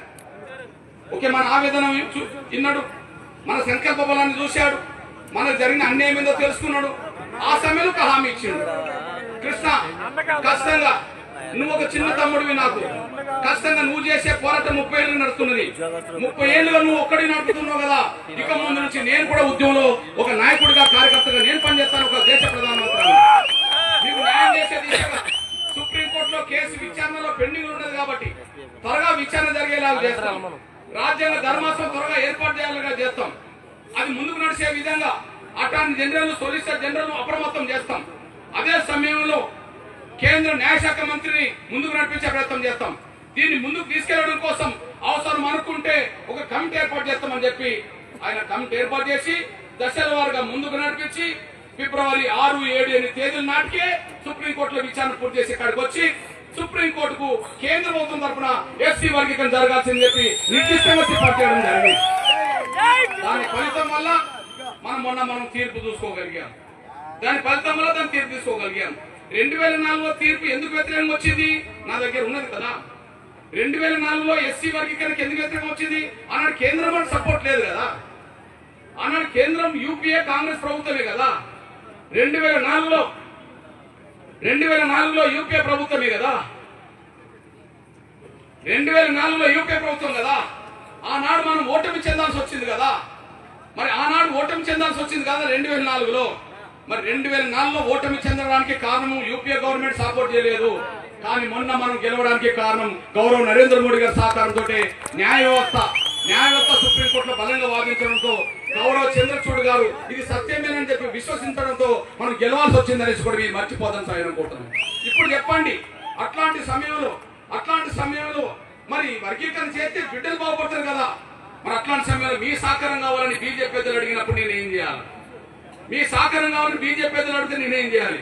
అవును, చంద్రబాబు నాయుడు గారు నేను ఏబీసీ చేపిస్తా కృష్ణ మీ సహకారం అంటే నేను సపోర్ట్ చేశాను. రాజశేఖర్ గారు ఏబీసీ చేపిస్తా కృష్ణ అంటే మేము సపోర్ట్ చేశాను. ప్రధానమంత్రి వర్గీకరణ చేపిస్తా అని చెప్పి హామీ ఇచ్చిన తర్వాత బీజేపీ పెద్దలు మీ అండదండలు కావాలంటే మేము సపోర్ట్ చేశాం. అంటే ఎవరి కోసం చేశాం? జాతి బిడ్డల భవిష్యత్తు కోసం చేశామనేసి కూడా మీరు మర్చిపోతాం సార్. ఈ నేపథ్యంలో మీ అన్నది ఒక విషయం గుర్తు చేస్తున్నాను, నేను బలహీనులు పోరాటం చేస్తున్నప్పుడు, శక్తివంతులు అడ్డుకుంటున్నప్పుడు జాతులను ఎట్లా గెలిపించుకోవచ్చునో అంబేద్కర్ కాలంలోనే రుజువైపోయింది. ఈనాడు అంబేద్కర్ సాధించిన రిజర్వేషన్లను పంచుకోవాలని పోరాటం చేస్తున్నాం. దీన్ని అడ్డం పడేటోళ్ళు బలవంతులు కాబట్టి మనం బలహీనులుగా ఉద్యమం నడుపుతున్నాం, అందరి సపోర్ట్ తో ముందుకు తీసుకెళ్తున్నాం. అదే సమయంలో ఆనాడు అంబేద్కర్ కాలంలో 1924లో సరిగ్గా 100 ఏళ్ల క్రితం దళితుల కోసం రిజర్వేషన్ల కోసం పోరాటం చేసే సమయంలో ఆనాడు దళితులందరూ చాలా బలహీనులు, అగ్రకులాల శక్తివంతులు. అంబేద్కర్ కోరే రిజర్వేషన్లకు అడ్డు తగ్గేటోళ్ళు అప్పుడు, మరి అడ్డు తాగేటోళ్ళే బలవంతులు అయినప్పుడు, కోరుకునేటోళ్ళు బలహీనులు అయినప్పుడు అంబేద్కర్ కాలంలో మరి ఎట్లా గెలిపిందంటే అప్పుడు బ్రిటిష్ ప్రభుత్వ సపోర్ట్ తోటే, బ్రిటిష్ ప్రభుత్వ అండదండలతోటే ఆనాడు రిజర్వేషన్ సాధించిందని కూడా మీరు మర్చిపోవాలి. అంటే బ్రిటిష్ ప్రభుత్వ అండదండలతో అంబేద్కర్ రిజర్వేషన్ సాధించడం న్యాయమైనప్పుడు నేను బీజేపీ తోటైనా చంద్రబాబు తోటైనా వర్గీకరణ సాధించడం నా జాతి బిడ్డ భవిష్యత్తు కోసమే కదా. ఆ విషయం మీరు మర్చిపోతారు సార్. నేను ఎక్కడ రాజ్యపాలే, వాళ్ళు ఇచ్చిన పదవులు ఏం తీసుకోలే, వాళ్ళు ఏం ఆశ పెట్టిన పక్కకు పోలే, కానీ నా జాతి బిడ్డను గెలిపించాలంటే అడ్డం పడేటోడు శక్తివంతుడు, నాకు కూడా శక్తి తోడు కావాలంటే అందరి శక్తిని కూడగట్టాల్సి వచ్చింది, వాళ్ళకి మద్దతు ఇవ్వాల్సి వచ్చింది, జాతి బిడ్డను గెలిపించుకోవాల్సి వచ్చింది. ఈ నేపథ్యంలో మీ అన్నగా చెప్తున్నా. ఇప్పుడు నేనేమేం చెప్పాను? చంద్రబాబు నాయుడు గురించి చెప్పాను, కాంగ్రెస్ గురించి చెప్పాను, బీజేపీ గురించి చెప్పాను. ఇగో మీకు ఒక విషయం కూడా గుర్తు చేస్తున్నాను. ఎస్సీ వర్గీకరణ పోరాటాన్ని ముందుకు తీసుకెళ్తున్న దశలో ప్రతి ఒక్కరి అండదండల కోసం నేను ఆలోచించాను. వాళ్ళకి ఇబ్బందులు ఉన్నప్పుడు వాళ్ళకి నేను తోడుగా నిలబడ్డాను. అంతిమంగా నా జాతికి సహకరిస్తారు కదా అని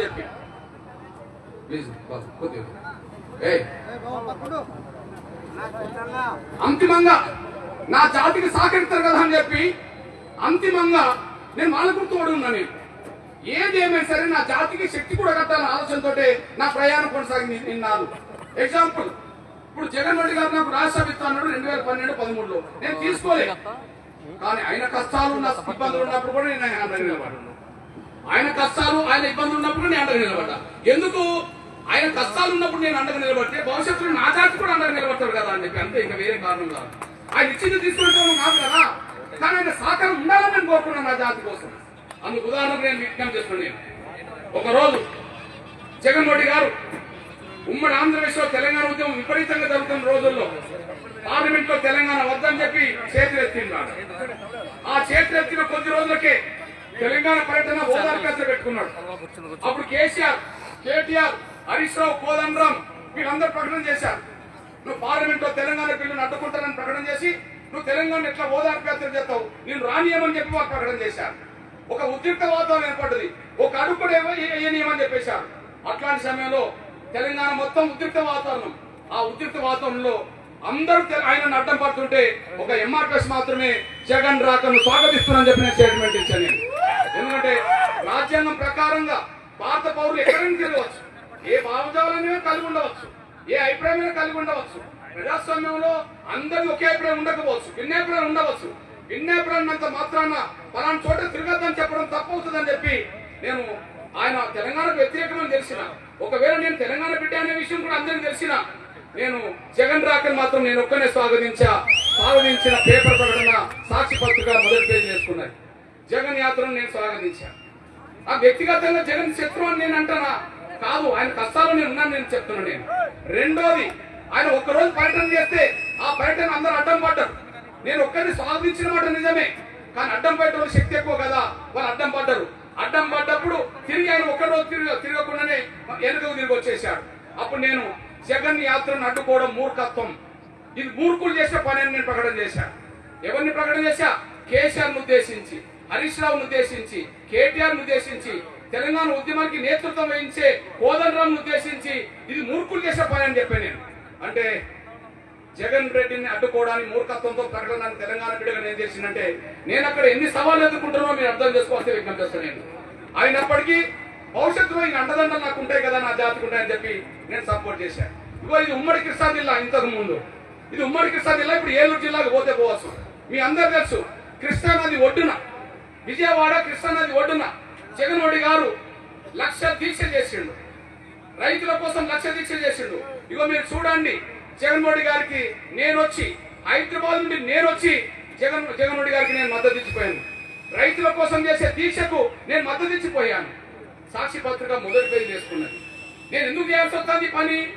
నేను కష్టాలు అయిన కండగా ఉంటే భవిష్యత్తులో నా జాతి కండ ఉంటారు కదా అని చెప్పి, అంతే. ఆయన ఇచ్చింది తీసుకునేటోళ్ళం కాదు, కానీ నా జాతి కండ ఉంటే నా జాతి శక్తి పెరుగుతుంది కదా, అంతిమంగా నేను ఏ దిశ సాధించవచ్చు అని చెప్పి నేను అనుకునేవాడిని.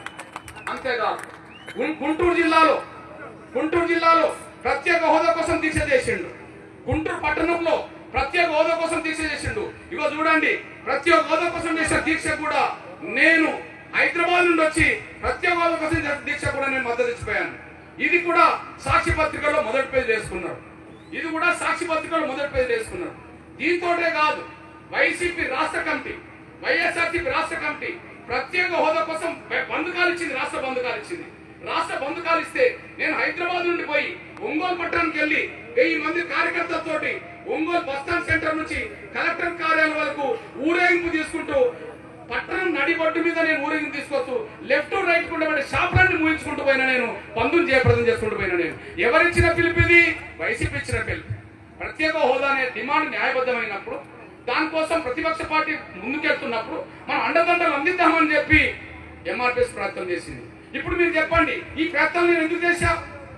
చంద్రబాబు నాయుడు గారికి ఎందుకు మద్దతు ఇచ్చా? నా జాతి బిడ్డల భవిష్యత్తు ఆయన అంటుకుంటాడు భవిష్యత్తులో. జగన్ రాజశేఖర్ గారికి ఎందుకు మద్దతు ఇచ్చా? నా జాతి బిడ్డలకు ఏబిసిడి చేపిస్తా అని చెప్పి. పోయి గౌరవ నరేంద్ర మోడీ గారు వర్గీకరణ మాట్లాడినాక బీజేపీకి ఎందుకు మద్దతు ఇచ్చా? నా జాతి బిడ్డలకు భవిష్యత్తు ఉండాలని చెప్పి. మరి జగన్ రెడ్డి గారితో నేను ఎందుకు సఖ్యత ఉండాల్సి వచ్చింది? నాకు వ్యక్తిగత ప్రయోజనాలు నాకేంటిది? ఆయన ఇస్తాను రాష్ట్రం తీసుకోవాలని నేను అంటున్నా, కాదా? నేను చెప్పలేడు కదా. మరి ఇట్లాంటప్పుడు తెలంగాణ బిడ్డనై ఉండి తెలంగాణ యాత్ర అందరూ అడ్డుకుంటుంటే నేను స్వాగతించాను కదా, వాళ్ళ పత్రికలో మొదటి పేజీ చేసుకున్నది కదా, అడ్డుకున్న వాళ్ళని మూర్ఖాన్ని నేనే ప్రకటన చేశాను కదా. తెలంగాణ ఉద్యమం జరుగుతున్న రోజుల్లో కేసీఆర్ మూర్ఖుడు అనేటోళ్ళు ఎవరు అక్కడ? హరీష్ రావును కోదండరావును మూర్ఖుడని ప్రకటన ఎవరు చేస్తారు? ఒక ఎంఆర్పిఎస్ మేము మాత్రమే చేయగలిగాం. విజయవాడకు వచ్చి నేను దీక్షకు మద్దతు ఇచ్చింది నిజమే కదా, గుంటూరుకు వచ్చి మద్దతు ఇచ్చింది నిజమే కదా, ఒంగోలుకు వచ్చి నేను బంధు జయప్రదం చేసింది నిజం కదా, ఇవన్నీ మీకోసమే చేశాను కదా. ఎందుకు చేశాను? ఆయనకు అండగుండడం వల్ల నా జాతికి భవిష్యత్తులో ఎప్పుడు నేను అండగుంటాడు అని చెప్పి. కానీ ఇక్కడ నేను నలుగురికి మద్దతు ఇస్తే రెండిట్లో సక్సెస్ అయినా, రెండిట్లో ఫెయిల్ అయినా. చంద్రబాబు నాయుడు గారికి మద్దతు ఇచ్చాం, ఏబిసిడి చేయడం వల్ల మన బిడ్డలకు మేలు జరిగింది. మళ్ళీ ఏబిసిడి చేస్తారు ముందుకు వస్తున్నారు. మళ్ళా చంద్రబాబు నాయుడు గారికి మద్దతు ఇచ్చాం. నేను మళ్ళీ చెప్తున్నా, అడ్డం పడేటోళ్ళ శక్తి 100 రెట్లు ఎక్కున్నది. కొండలాగా పెరిగిపోయిన వాళ్ళు, ఆ కొండలాగా పెరిగిపోయిన వాళ్ళని ఢీకొన్నాలంటే మన శక్తి సరిపోతలేదు. అట్లాంటి సమయంలో ఎవరి శక్తి అయినా కూడగట్టుకొని నేను ఎదుర్కోవాల్సి వస్తుంది. ఆ కాలంలోనే చంద్రబాబు మద్దతు ఇచ్చాం, ఆయన చేసాడు. మొన్న మద్దతు ఇచ్చాం, చేయబోతున్నాడు. నంబర్ 1. రాజశేఖర్ గారికి మద్దతు ఇచ్చాం, ఆయన మీద నేను ఆరోపణ ఆయన చేయాల్సిన ప్రయత్నం చేసిండు. అసెంబ్లీ తీర్మానం చేసిండు. మనం రమ్మంటే విజయవాడ మీటింగ్ వచ్చిండు. ఉషా మేర కమిషన్ వేయించమంటే ప్రధానమంత్రి దగ్గరకు వచ్చి ఉషా మేర కమిషన్ కూడా వేయించాడు. ఆనాడు ప్రధానమంత్రి దగ్గరకు వచ్చి ఉషా మేర కమిషన్ కూడా వేయించాడు. మన్మోహన్ సింగ్ దగ్గరకు వచ్చి ఉషా మేర కమిషన్ వేయించాడు. అయితే కమిషన్ రిపోర్ట్ మనకు అనుకూలంగా వచ్చినా కూడా మనకు అనుకూలంగానే మాట్లాడిండు. కానీ పలుకుబడిగాల్లో మాలవర్గం అడ్డం పడ్డది. ఇంకా ముందుకెళ్తున్న దశలో ఆయన అకస్మాత్తుగా హెలికాప్టర్ ప్రమాదం చనిపోయింది. బహుశా బతుకుంటే ఆయన మరింత ముందుకెళ్లేవాడేమో. కానీ ఒక మాట చెప్తున్నా, నేను ఆయన మీద ఆరోపణ చేయలేదు. ఎందుకంటే ఆయన మన మద్దతు తీసుకున్నాడు, మన కోసం నిలబడుతూ కొత్త తరం వచ్చాడు. మార్గం మధ్యలో ఆయన అకస్మాత్తుగా చనిపోయాడు. ఆయన మీద నేను నింద మోపలేదు. కానీ మరి జగన్మోహన్ రెడ్డి సంగతి ఏంటి? జగన్మోహన్ రెడ్డి గారి సంగతి ఏంటి? మరి జగన్మోహన్ రెడ్డి గారు ఓదార్పేత్తలు స్వాగతించాను కదా. నేను ఆయన నన్ను అడ్డుకున్న వాళ్ళని మూర్ఖులను కేసీఆర్ ప్రకటన చేశాను కదా. విజయవాడకు వచ్చి మద్దతు ఇచ్చాను కదా, గుంటూరుకు వచ్చి మద్దతు ఇచ్చాను కదా, ఒంగోలుపై బంద్ జయప్రదం చేసి చనిపోయాను కదా. మరి నేను అడిగింది ఏంటిది?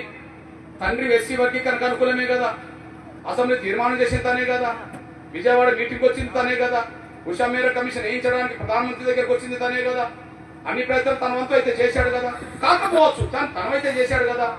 మరి తండ్రి ఆశయాల కోసం పార్టీ పెట్టినట్టున్న జగన్మోహన్ గారు ఎస్సీ వర్గీకరణకు అనుకూలంగా ఉండాలి కదా. ఎస్సీ వర్గీకరణకు అనుకూలంగా మనకు మద్దతు ఇవ్వాలి కదా. మరి ముఖ్యమంత్రి అయినాక మనకు కనీసం అపాయింట్మెంట్ కూడా ఇవ్వలేదు కదా. 5 ఏళ్ల పరిపాలనలో అపాయింట్మెంట్ కూడా ఇవ్వలేదు కదా. అపాయింట్మెంట్ ఇవ్వకపోను వర్గీకరణ మీద అనుకూలంగా మాట్లాడమంటే మాట్లాడలేదు కదా. మాట్లాడకపోను నిండు శాసనసభలో ఎస్సీ వర్గీకరణ చేయడం, దళితులను చీల్చడానికి చంద్రబాబు నాయుడు గతంలో చేల్చి దళితులు చీల్చే ప్రయత్నం చేసిందని చెప్పి అసెంబ్లీలో మాట్లాడింది కదా. అంటే ఎస్సీ వర్గీకరణ అంటేనే దళితులను చీల్చడానికి ప్రయత్నం చేసింది చంద్రబాబు అని చెప్పి, మాల మార్గాల మధ్య తగాదాలు పెట్టింది చంద్రబాబు అని చెప్పి ఆయన అసెంబ్లీలో మాట్లాడింది కదా. మరి ఎస్సీ వర్గీకరణ చేయడమే మాల మార్గాల మధ్య తగాదా చంద్రబాబు పెడితే మరి రాజశేఖర్ గారిని తండ్రి ఎందుకు సపోర్ట్ చేసిండు? ఆయన మాట మాట్లాడిండు కదా. ఆ తర్వాత జరిగిన పరిణామాల్లో మనం నయానో భయానో ఒప్పించుకొని మెప్పించుకొని సుప్రీంకోర్టు దాకా తీసుకెళ్లాం కదా. గౌరవ ప్రధానమంత్రి గారు వచ్చినాక సుప్రీంకోర్టు తీర్పు విచారణ జరగబోయింది కదా. ఆ విచారణ జరిగే సమయానికి నేనేం ప్రకటన చేశా? నేను జగన్మోహన్ గారికి వ్యక్తిగతమైన వ్యతిరేకం కాదు. ఇప్పటికైనా నాది రేపల్లె సభలో చూడండి వాయిస్ 2 నెలల ముందు, అంతకుముందు 2 నెలల ముందు జగ్జీవన విగ్రహానికి వెళ్ళినప్పుడు నేను మాట్లాడినా, నాకు జగన్మోహన్ గారి ప్రేమ లేదు, నాకు ద్వేషం లేదు. ఇప్పటికైనా సుప్రీంకోర్టులో విచారణ జరగబోతుంది కనుక సుప్రీంకోర్టులో ఎస్సీ వర్గీకరణ ఒక లాయర్ను పెట్టమని డిమాండ్ చేశాను. కేసు ఎవరిది? ఆంధ్రప్రదేశ్ కేసే కదా, తెలంగాణ కేసు కాదు, ఆంధ్రప్రదేశ్ కేసే కదా. ఆంధ్రప్రదేశ్ కేసు నడుస్తున్న సమయంలో ఆంధ్రప్రదేశ్ ప్రభుత్వం జడ్జి లాయర్ను పెట్టాలి కదా. మేము లాయర్ను పెట్టమని చెప్పడం జరిగింది. మరి లాయర్ను పెట్టలేదు కదా. అపాయింట్మెంట్ ఇవ్వడం కోరడం జరిగింది, అపాయింట్మెంట్ ఇవ్వలేదు కదా. వర్గీకరణకు అనుకూలంగా ఒక మాటను మాట్లాడమన్నాం, ఒక మాట మాట్లాడలేదు కదా. వర్గీకరణకు అనుకూలంగా మాట్లాడాడు, అపాయింట్మెంట్ ఇవ్వడు, లాయర్ను పెట్టాడు. ఇంకా తిరగడానికి ప్రయత్నం చేస్తే నిర్బంధం పెట్టే ప్రయత్నం చేసి 2-3 సార్లు నన్ను ఇక్కడికి రాకుండా కూడా అడ్డుపడే ప్రయత్నం చేయడం జరిగింది. తర్వాత జరిగిన పరిణామాల్లో ఎస్సీ వర్గీకరణ తీర్పు వచ్చింది. తీర్పు వచ్చిన తర్వాత దేశం మొత్తం స్వాగతించింది కదా. మరి దేశం మొత్తం స్వాగతించిన అసలు వర్గీకరణ స్వాగతించని వ్యక్తి ఎవరు? ఒక జగన్మోహన్ గారిని స్వాగతించలేదు కదా. అంటే అర్థం ఏంటిది? అంటే పక్కా జగన్మోహన్ గారు వర్గీకరణకు అనుకూలంగా లేడు, మాలకు అనుకూలంగా ఉన్నాడు అనేసి అర్థమవుతుంది.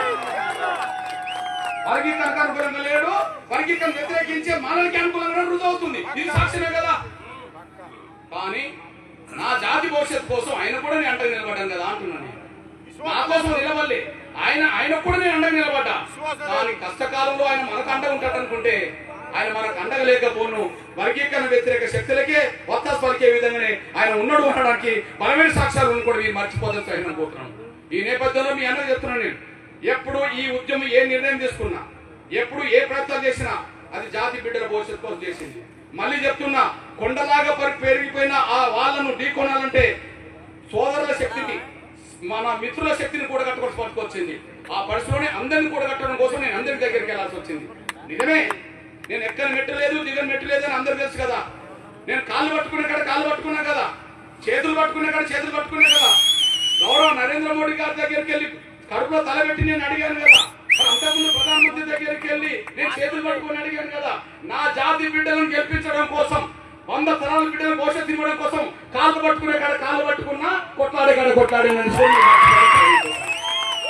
మద్దతిచ్చే కాడ మద్దతిచ్చా, వ్యతిరేకించే కాడ వ్యతిరేకించా. ఇది జాతి బిడ్డల భవిష్యత్తు కోసమే తప్ప మరొకటి కారణం కాదనే విషయం కూడా మీరు మర్చిపోతాను ఆయన అనుకుంటుంది. అయినప్పటికీ మళ్ళా చెప్తున్నా, నేను వీళ్ళకు వర్గీకరణ వ్యతిరేకించడం ఒక్కరు తప్ప ఇంకా వాళ్ళకి సమాజం గురించి ఆలోచన లేదు.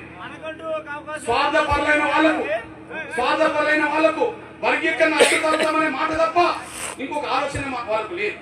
మనకోమో దళితులందరూ అవకాశాలు దళితులకు దక్కాలని మన పోవడం అవుతే, అందరి అవకాశాలు మేమే తింటామని వాళ్ళ ఆలోచన. కాబట్టి ఆ స్వార్థపరులకు ఒకటే ఆలోచన, మనకోమో సమాజాన్ని బాగు చేసుకోవడం ఎట్లా ఆలోచన.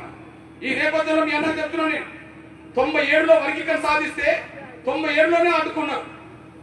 తిరిగి రాష్ట్రపతితో సాధించింది కూడా అడ్డుకున్నారు. ఇప్పుడు సుప్రీంకోర్టుతో సాధిస్తే మన సుప్రీంకోర్టుతో మళ్ళీ అడ్డుపడే ప్రయత్నం చేస్తున్నారు. చూడండి, మళ్ళీ చెప్తున్నా, 97లో వర్గీకరణ సాధించాం. వర్గీకరణ కోసం మొదలైంది ఉద్యమం 94లో. 97 తెలుగు నేల మీద మొదటి పాదయాత్ర జరిగింది. నారాయణపాలెం నుంచి హైదరాబాద్ నగరాన్ని 20 లక్షల దిగ్బంధనం చేశాం. ఆ సమయంలోనే వర్గీకరణ జరిగింది.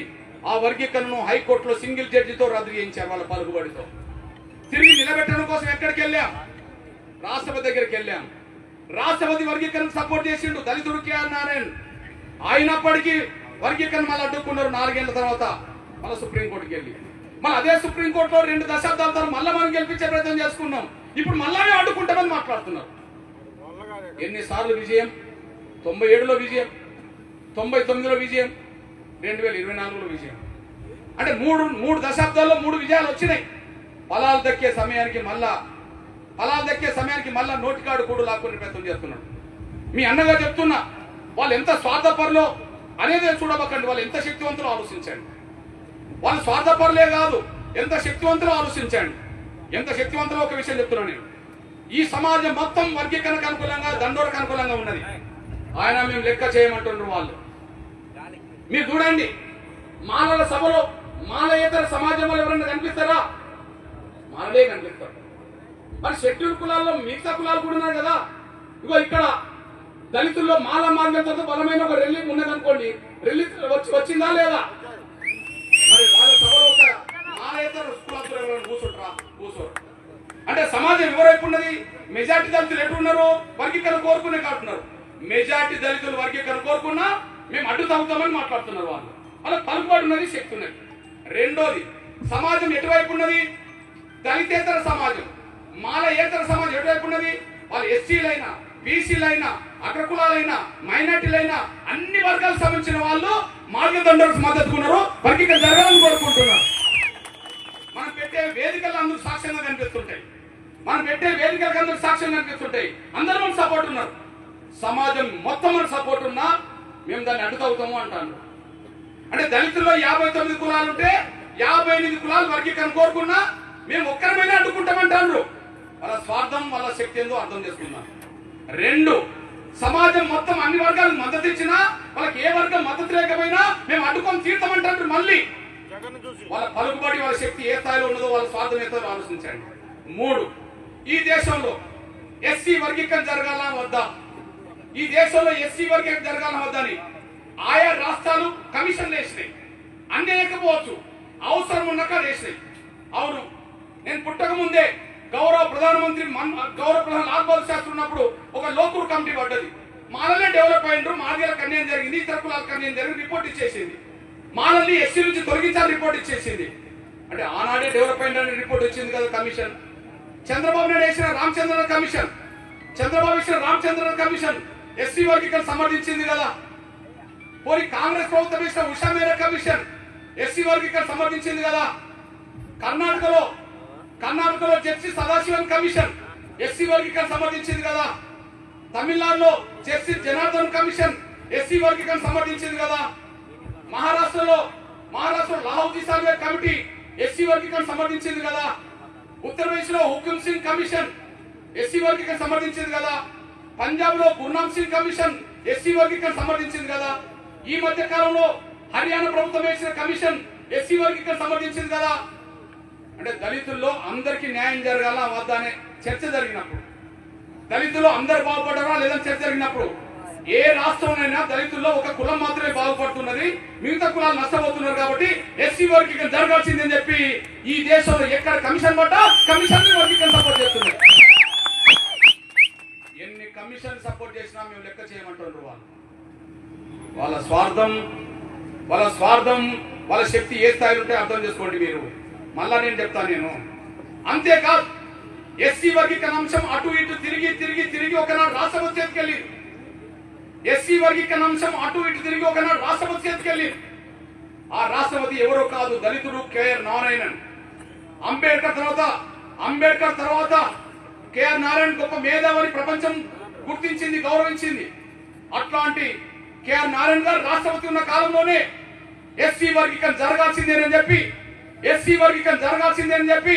2004 డిసెంబర్ 1వ తారీఖు నాడు ఆయన సిఫార్సు రాష్ట్రపతి చేసిండు. ఎస్సీ వర్గీకరణ జరగాల్సిందే అని చెప్పి, ఎస్సీ వర్గీకరణ జరగాలని చెప్పి ఒక దళిత రాష్ట్రపతి వర్గీకరణ చేయమని చెప్పినా ఆయన సూచన మేరకు చేసిన వర్గీకరణను మానవాళ్ళు రద్దు చేయించారు. రాష్ట్రపతి చెప్పినా మేము లెక్క చేయము అని, చెప్పాలి రద్దు చేయించారు. ఇది రాష్ట్రపతి సిఫార్సు కాదని చెప్పానండి. ఎస్సీ వర్గీకరణ గౌరవ చంద్రబాబు నాయుడు గారు వర్గీకరణ అమలు చేసి అంటున్నాం కదా. ఈ వర్గీకరణ అమలు చేసిన కాలం తప్పుడే.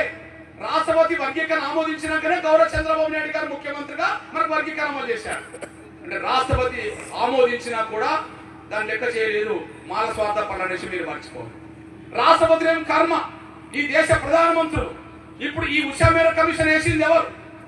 గౌరవ మన్మోహన్ సింగ్ గారు ప్రభుత్వం. మన్మోహన్ సింగ్ గారు మన వర్గీకరణ అనుకూలమే కదా. నేను స్వర్గీయ రాజశేఖర్ గారు 1కి 10 సార్లు మన్మోహన్ సింగ్ గారు చుట్టూ తిరిగి కమిషన్ వేసి న్యాయమైన చెప్పి ఆయన కూడా చెప్పాడు. ఆయన వేసిన కమిషన్ రిపోర్ట్ అమలు జరగకుండా వాళ్ళు అడ్డుపడ్డారు. అంటే ప్రధానమంత్రులు చెప్పినట్టే కదా. ఆ ప్రధానమంత్రి మన్మోహన్ సింగే కాదు, ఇవాళ గౌరవ నరేంద్ర మోడీ గారు, ప్రపంచాన్ని ప్రభావితం చేసే నరేంద్ర మోడీ గారు మనం మీటింగ్ వచ్చి ఖచ్చితంగా వర్గీకరణ పక్షాన నేను ఉన్నాను, మీకు న్యాయం చేస్తామని చెప్పి మాట్లాడిపోయింది కదా. ఆ అనంతరం జరిగిన ప్రక్రియ సుప్రీంకోర్టులో కేంద్రం అఫిడవిట్ ఇవ్వడం వల్లనే మనం గెలిచాం కదా. అవును, నరేంద్ర మోడీ గారు ప్రధానమంత్రి మీకు హామీ ఇచ్చినా వర్గీకరణ చేసినా మేము ఒప్పుకోమంటారు. ప్రధానమంత్రి మన్మోహన్ సింగ్ అయితే మేము ఒప్పుకోం, రాష్ట్రపతి అయితే మేము ఒప్పుకోం, నరేంద్ర మోడీ గారు అయితే మేము ఒప్పుకోం. ఇవాళ ఏమంటారు? గౌరవ చంద్రచూడ్ చీఫ్ జస్టిస్ ఆధ్వర్యంలో ఎస్సీ వర్గీకరణ చేసే అధికారం రాష్ట్రాలకు ఉన్నది స్పష్టం చేసేది. ఎస్సీ వర్గీకరణ చేసే అధికారం రాష్ట్రాలకు ఉన్నది. 2 కారణాలు చెప్పింది.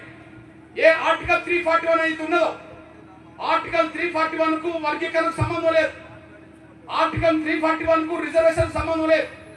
ఆర్టికల్ 341 ఏం చెప్పిందని చెప్పింది. ఇలా ఈ రాష్ట్రంలో షెడ్యూల్ కులాల లిస్ట్ తయారు కావాలంటే, చేయాలంటే ఇది పార్లమెంట్ ఆమోదం పొందాలి. ఎవరన్నా దళితుల్లో చేర్చాలనుకో ఇక్కడ చేర్చే అధికారం లేదు, పార్లమెంట్ చేర్చాలి. లేదా దళితుల నుంచి ఎవరైనా తొలగించాలని అనుకో అది పార్లమెంట్ చేయాలి. ఇది ఆర్టికల్ 341. దానికి రిజర్వేషన్ సంబంధం లేదు. అంటే ఏదన్నా ఒక కులాన్ని దళిత వర్గాల్లో చేర్చాలన్నా లేదా దళిత వర్గాల్లో ఇప్పటికే ఉన్న ఒక కులాన్ని తొలగించాలన్నా ఆర్టికల్ 341 ప్రకారం పార్లమెంట్ లో చేయాలని చెప్పింది. మరి 59 కులాల నుంచి ఎవరైనా తొలగించిండ్రా? అది కాదు కదా. 59 కులాల్లో బయట నుండి ఎవరైనా తీసుకొచ్చి కలిపిండ్రా? అది కాదు కదా. అంటే ఒక కులాన్ని తొలగించేది కాదు, ఒక కులాన్ని కలిపేది కాదు, ఉన్న రిజర్వేషన్ ఫలాలు పంచుకునేది. కాబట్టి ఇది రాష్ట్ర ప్రభుత్వాలకు అధికారం ఉన్నదని చెప్పి స్పష్టం చేసింది. మరి తొలగించలేదు కదా, ఎవరిని కలపలేదు కదా. రెండోది ఏం చెప్పింది? దళితులందరూ ఒకటే అనే పేరుతో తప్పుడు వాదన తీసుకొస్తున్నారు. సమాజం దృష్టిలో దళితులందరూ వివక్ష గురుతున్న వాళ్ళే కావచ్చు, కానీ దళితుల మధ్యలో కూడా వివక్ష కొనసాగుతుంది. దళితుల మధ్య వివక్ష కొనసాగుతుంది. ఏ 2 దళిత కులాల మధ్యలో కంచం పొత్తు మంచం పొత్తు లేదు. ఏ 2 దళిత కులాల మధ్యలో కంచం బొత్తు మంచబొత్తు లేదు. ఆ విధంగా ఆర్థికంగా కానీ, సామాజికంగా కానీ, రాజకీయంగా కానీ, విద్యా ఉపాధి పరంగా కానీ దళితులందరూ సమానంగా లేరు. ప్రతి దళిత 2 కులాల మధ్యలో అసమానతలే కాబట్టి వాళ్ళు ఒకటిగా చూడలేము. అన్యాయం జరిగిన వర్గాలకు న్యాయం జరగాలంటే రిజర్వేషన్ పంపిణీ జరగాల్సిందే, వర్గీకరణ జరగాల్సిందే సుప్రీంకోర్టు తీర్పు చెప్పేసింది. అంటే మళ్ళీ చెప్తున్నా, ఆర్టికల్ 341 కు సంబంధం లేదని చెప్పడానికి కారణం, షెడ్యూల్ కులాల్లో ఒక కులాన్ని తొలగించలేదు, ఒక కులాన్ని కలపలేదు. ఆర్టికల్ 341 ప్రకారం ఒకరిని కలపాలన్నా ఒకరు తొలగించాలన్నా పార్లమెంట్ చేయాలి. ఈ వర్గీకరణకు సంబంధం లేదని చెప్పేసింది. అదే సమయం దళితులందరూ ఒకటే, వాళ్ళని చీల్చొద్దనే మాటకు అసలు దళితులందరూ ఎక్కడ ఒకటి ఉన్నారు అని చెప్పి, దళితులు ఒకటిగా లేరని చెప్పి స్పష్టం చేశాడు.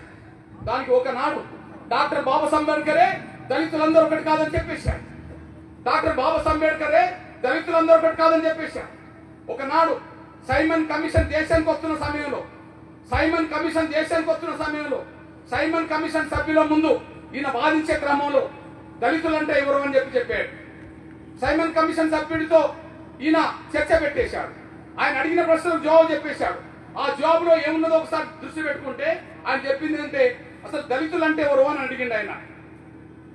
అంటరాంతరానికి గురవుతున్న వాళ్ళు, అంటరాంతరంగా చూడబడుతున్న వాళ్ళందరూ దళితులు ఏం చెప్పడం జరిగింది. అప్పుడు ఇంకో ప్రశ్న చేస్తాడు, అంటరాంతరం గురి చేయబడ్డ వాళ్ళందరూ దళితులు అయినప్పుడు ఈ అంటరాన్ కులాల మధ్యలో వివాహాలు జరుగుతాయని చెప్పడం జరిగింది. ఈ అంటరాన్ కులాల మధ్యలో కూడా వివాహ సంబంధాలు లేవు అని చెప్పడం జరిగింది. మరి దళితులందరూ ఒకటే అవుతే మరి ఇచ్చిపుచ్చుకునే వ్యవహారాలు కూడా ఉండాలి కదా. లేవని అంబేద్కర్ చెప్పాడు కదా. కనీసం ఈ దళితుల మధ్యలో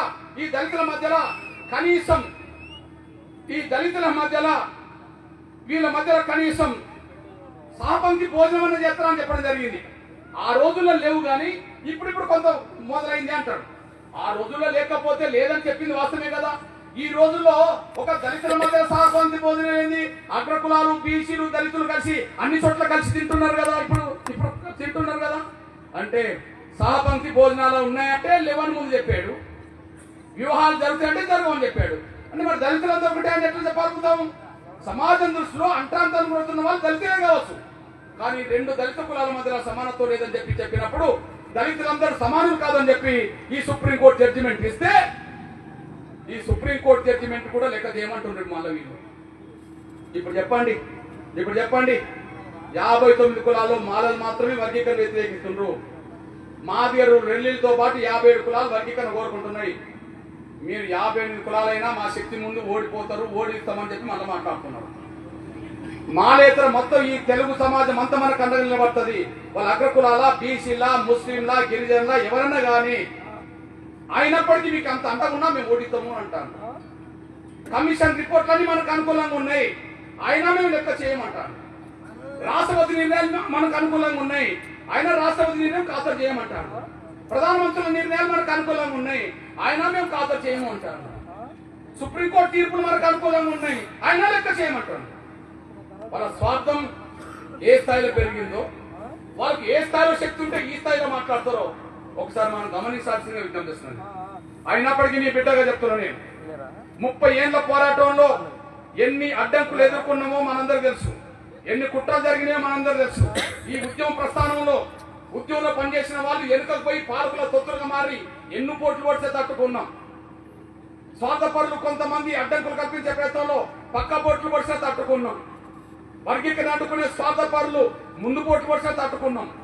పాలక వర్గాలు హామీ నిలబెట్టుకోమని గట్టిగా అడిగినందుకు పాలక వర్గాలే కుట్ర చేసి ఉద్యమాన్ని నిర్వీర్యం చేయడానికి నిర్బంధం పెట్టినా, కేసులు పెట్టా తట్టుకున్నాం. అంతిమంగా జాతిని గెలిపించుకునే ప్రయత్నం చేశాం.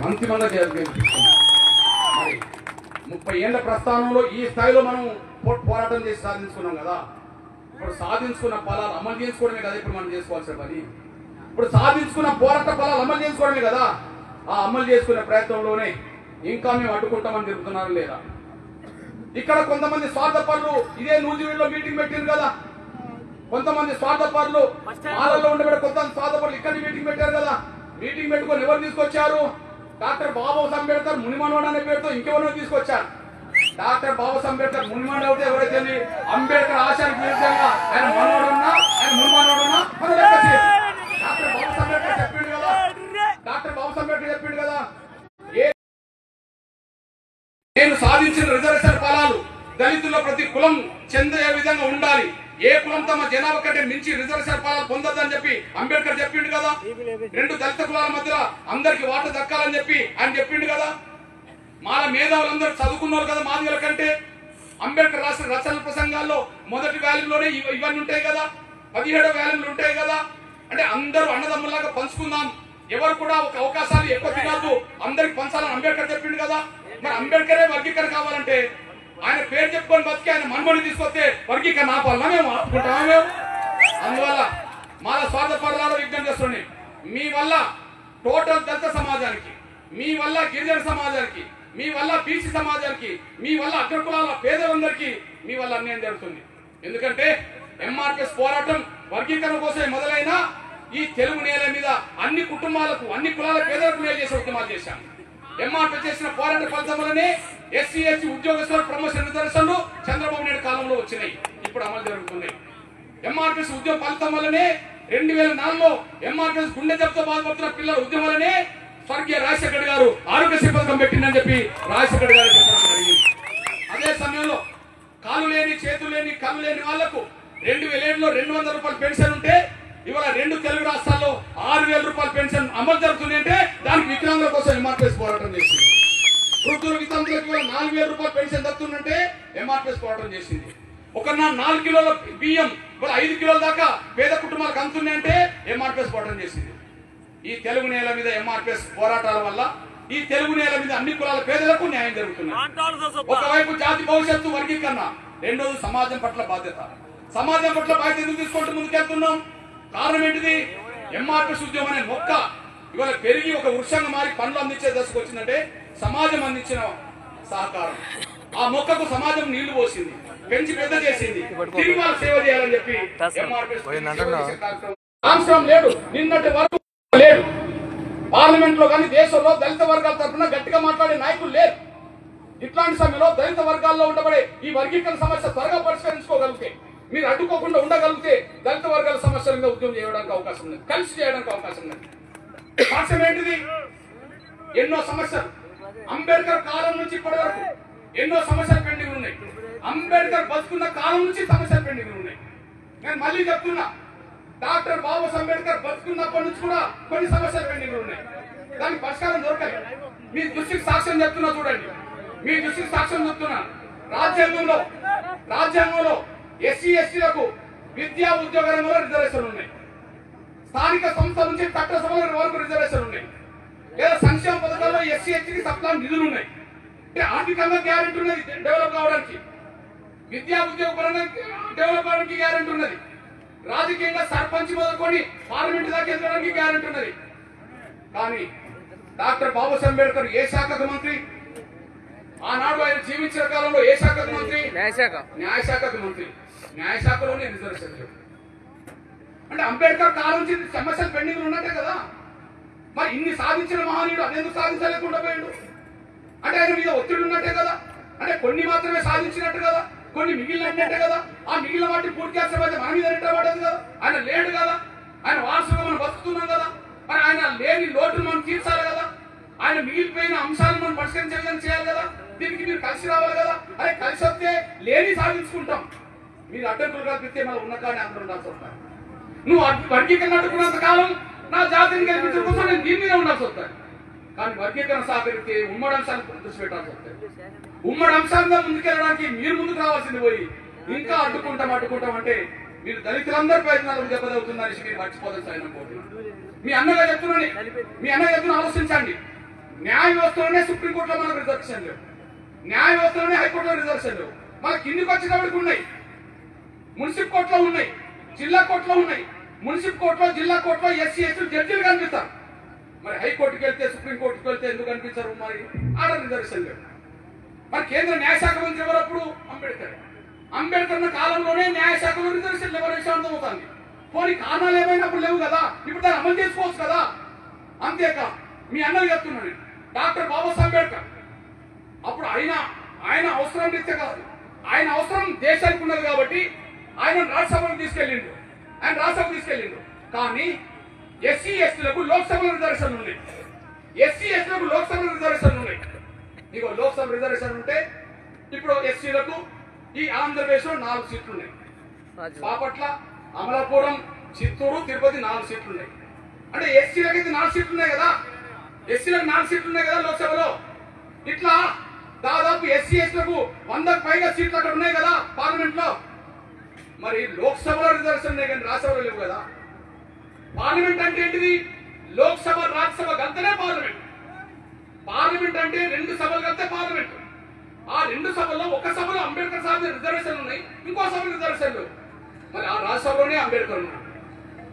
దేశ అవసరం కోసం ఆయన తీసుకోవచ్చు అన్నాడు, దేశ అవసరం కోసం అన్నాడు తీసుకోవచ్చు రాజ్యసభలోకి, కానీ అందరూ రిజర్వేషన్ లేవు. మరి లోక్సభలోకి వర్తింపజేసిన రిజర్వేషన్ రాజ్యసభలోకి ఎందుకు లేవని అడగాల్సిన అవసరం అనుకున్నది కదా. శాసనసభలో రిజర్వేషన్ ఉన్నాయి ఆంధ్రప్రదేశ్ లో, దేశంలో. శాసన మండలం లేవు కదా. శాసనసభలో రిజర్వేషన్ ఉన్నాయి, శాసన మండలం లేవు కదా. మరి శాసనసభలకు రిజర్వేషన్ వర్తింపజేసే సూత్రం ఉన్నప్పుడు శాసన మండలి వర్తింపజేసుకోవాలి కదా మనం అందరం కలిసి. అంటే మన సంఖ్య పెరుగుతుంది కదా అక్కడ. దీని గురించి అందరం కలిసి మాట్లాడాలి కదా. అందరూ కలిసి మాట్లాడి అందరూ కలిసి ఉండాలి కదా. కలిసి ఉండాలంటే ఉన్నది పంచుకోవాలి కదా. ఉన్నది పంచుకుంటే అందరూ కలిసి ఉండి ఇట్లాంటి చేస్తాం కదా. అంబేద్కర్ కాలంలో మొత్తం ప్రభుత్వ రంగమే కాబట్టి రిజర్వేషన్ అమలు చేశాడు. ఇప్పటి కాలంలో ఏమైంది? టీవీ నర్సరావు కాలం నుంచి ఇప్పటి వరకు 3 దశాబ్దాలకు పైగా ప్రైవేట్ రంగం విస్తరిస్తూ వచ్చేసింది. ప్రైవేట్ రంగం విస్తరించిన ప్రతి చోట రిజర్వేషన్ లేకుండా పోయింది కదా. మరి రిజర్వేషన్ బలహీనపడుతున్నట్టే కదా. మరి ప్రైవేట్ రంగం రిజర్వేషన్ అడగాల్సిన అవసరం ఉన్నదా లేదా? ఉన్నది. ప్రైవేట్ రంగం రిజర్వేషన్ సాధిస్తేనే మన దళితులకు పేదలందరికీ మేలు జరుగుతుంది. ఉమ్మడిగా పోవడం చేయాలి కదా. ఉమ్మడిగా పోవడం చేయాలంటే కలిసి ఉండాలి కదా. కలిసి ఉండాలంటే మనం పంచుకోవాలి కదా. పంచుకోవడానికి సిద్ధంగా పడకపోతే మీరు ఇక్కడ అడ్డుపడుతుంటే మీరు దీన్ని నిలబెట్టుకోవాల్సి వస్తుంది కదా. మా సమయం వృధా అవుతుంది, దళితుల కోసం చేసే కార్యక్రమం అంతా లేకుండా పోతుంది కదా. డాక్టర్ బాబాసాహెబ్ అంబేద్కర్ భూమిని జాతీయం చేయమన్నాడు. భూమి ఉన్న వర్గాలే అధికారం పొందాలనే విషయం అందరూ తెలుసు. భూమి ఉన్న వర్గాలకే చేతిలో పరిశ్రమలు ఉంటాయి, భూమి ఉన్న వర్గాలే భూస్వాములు అవుతారు. వ్యవసాయం, పరిశ్రమలు, మీడియా అన్ని వాళ్ళ చేతులు ఉంటాయి. అంతిమంగా అధికారం వాళ్ళ చేతికి వస్తుంది. మరి భూమి జాతీయం చేయమన్నాడు కదా అంబేద్కర్. జాతీయం చేయమని పక్క పెట్టి కనీసం ఒక దళితులకు 2 ఎకరాలు 3 ఎకరాలు ఉన్నారని ఉండదా? అందరికి లేవు కదా.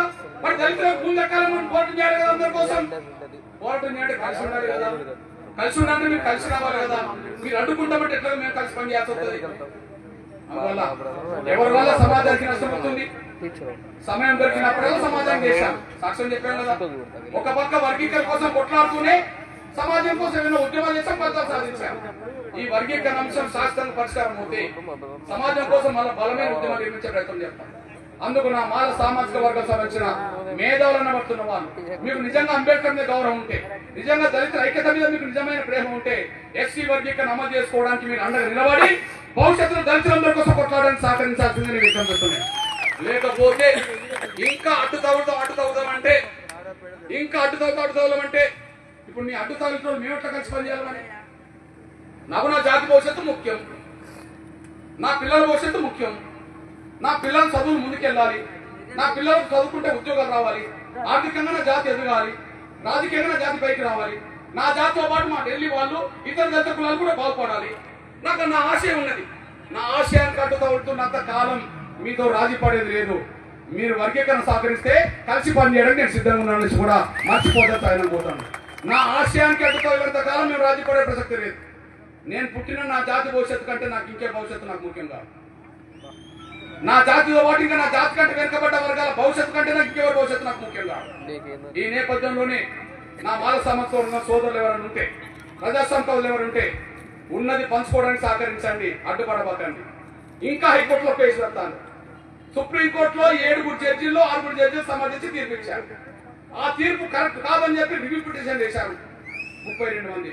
ఆ 32 పిటిషన్ కూడా 7 జడ్జీలు తిరస్కరించారు. మళ్ళీ దాన్ని తీసుకెళ్లి క్యూరిటివ్ పిటిషన్ ఇంకోటి వేశారు. ఇప్పుడు చీఫ్ జస్టిస్ దాన్ని రద్దు చేశారు. మళ్ళీ అక్కడ రద్దు చేస్తే మళ్ళీ హైకోర్టులో మనకు పిటిషన్ ఇస్తారు. దీని దాని ఏమో జరిగింది. ఇదేం కర్మ వీళ్ళకి నాకు అర్థమవుతుంది. ఏం పిచ్చి వేసిందో ఏమో నాకు అర్థమవుతుంది. స్వార్థమైన పిచ్చి తలకెక్కింది. ఇవన్నీ జరగడం జరుగుతుంది. కానీ ఒక్కడు మాత్రం చెప్తున్నాను, మొన్న ఏం చేసినా నిన్నేం చేసినా ఏం రేపు జరగబోయేది ఏం జరిగింది. ఈ 3 దశాబ్దాల్లో నా జాతిని గెలిపించడం కోసం నేను ఏం చేశానో మీకు తెలుసు. మీరు అండదండాల వల్లనే ఇది గెలిపించుకోవడం దారితీసింది. భవిష్యత్ ప్రయాణంలో కూడా ఎన్ని అడ్డంకులు వచ్చినా ఎదుర్కొందాం, మన బిడ్డల భవిష్యత్తును కాపాడుకుందాం రాజు లేదు. కానీ భవిష్యత్తులో ఏ నిర్ణయం తీసుకున్నా, ఉమ్మడి పోటాలకు ఏ నిర్ణయం సిద్ధపడ్డా, వర్గీకరణ అడ్డుతో దాన్ని నిలబెట్టడం కోసం ఏ నిర్ణయం తీసుకున్నా, వర్గీకరణ అమలు జరిగే క్రమం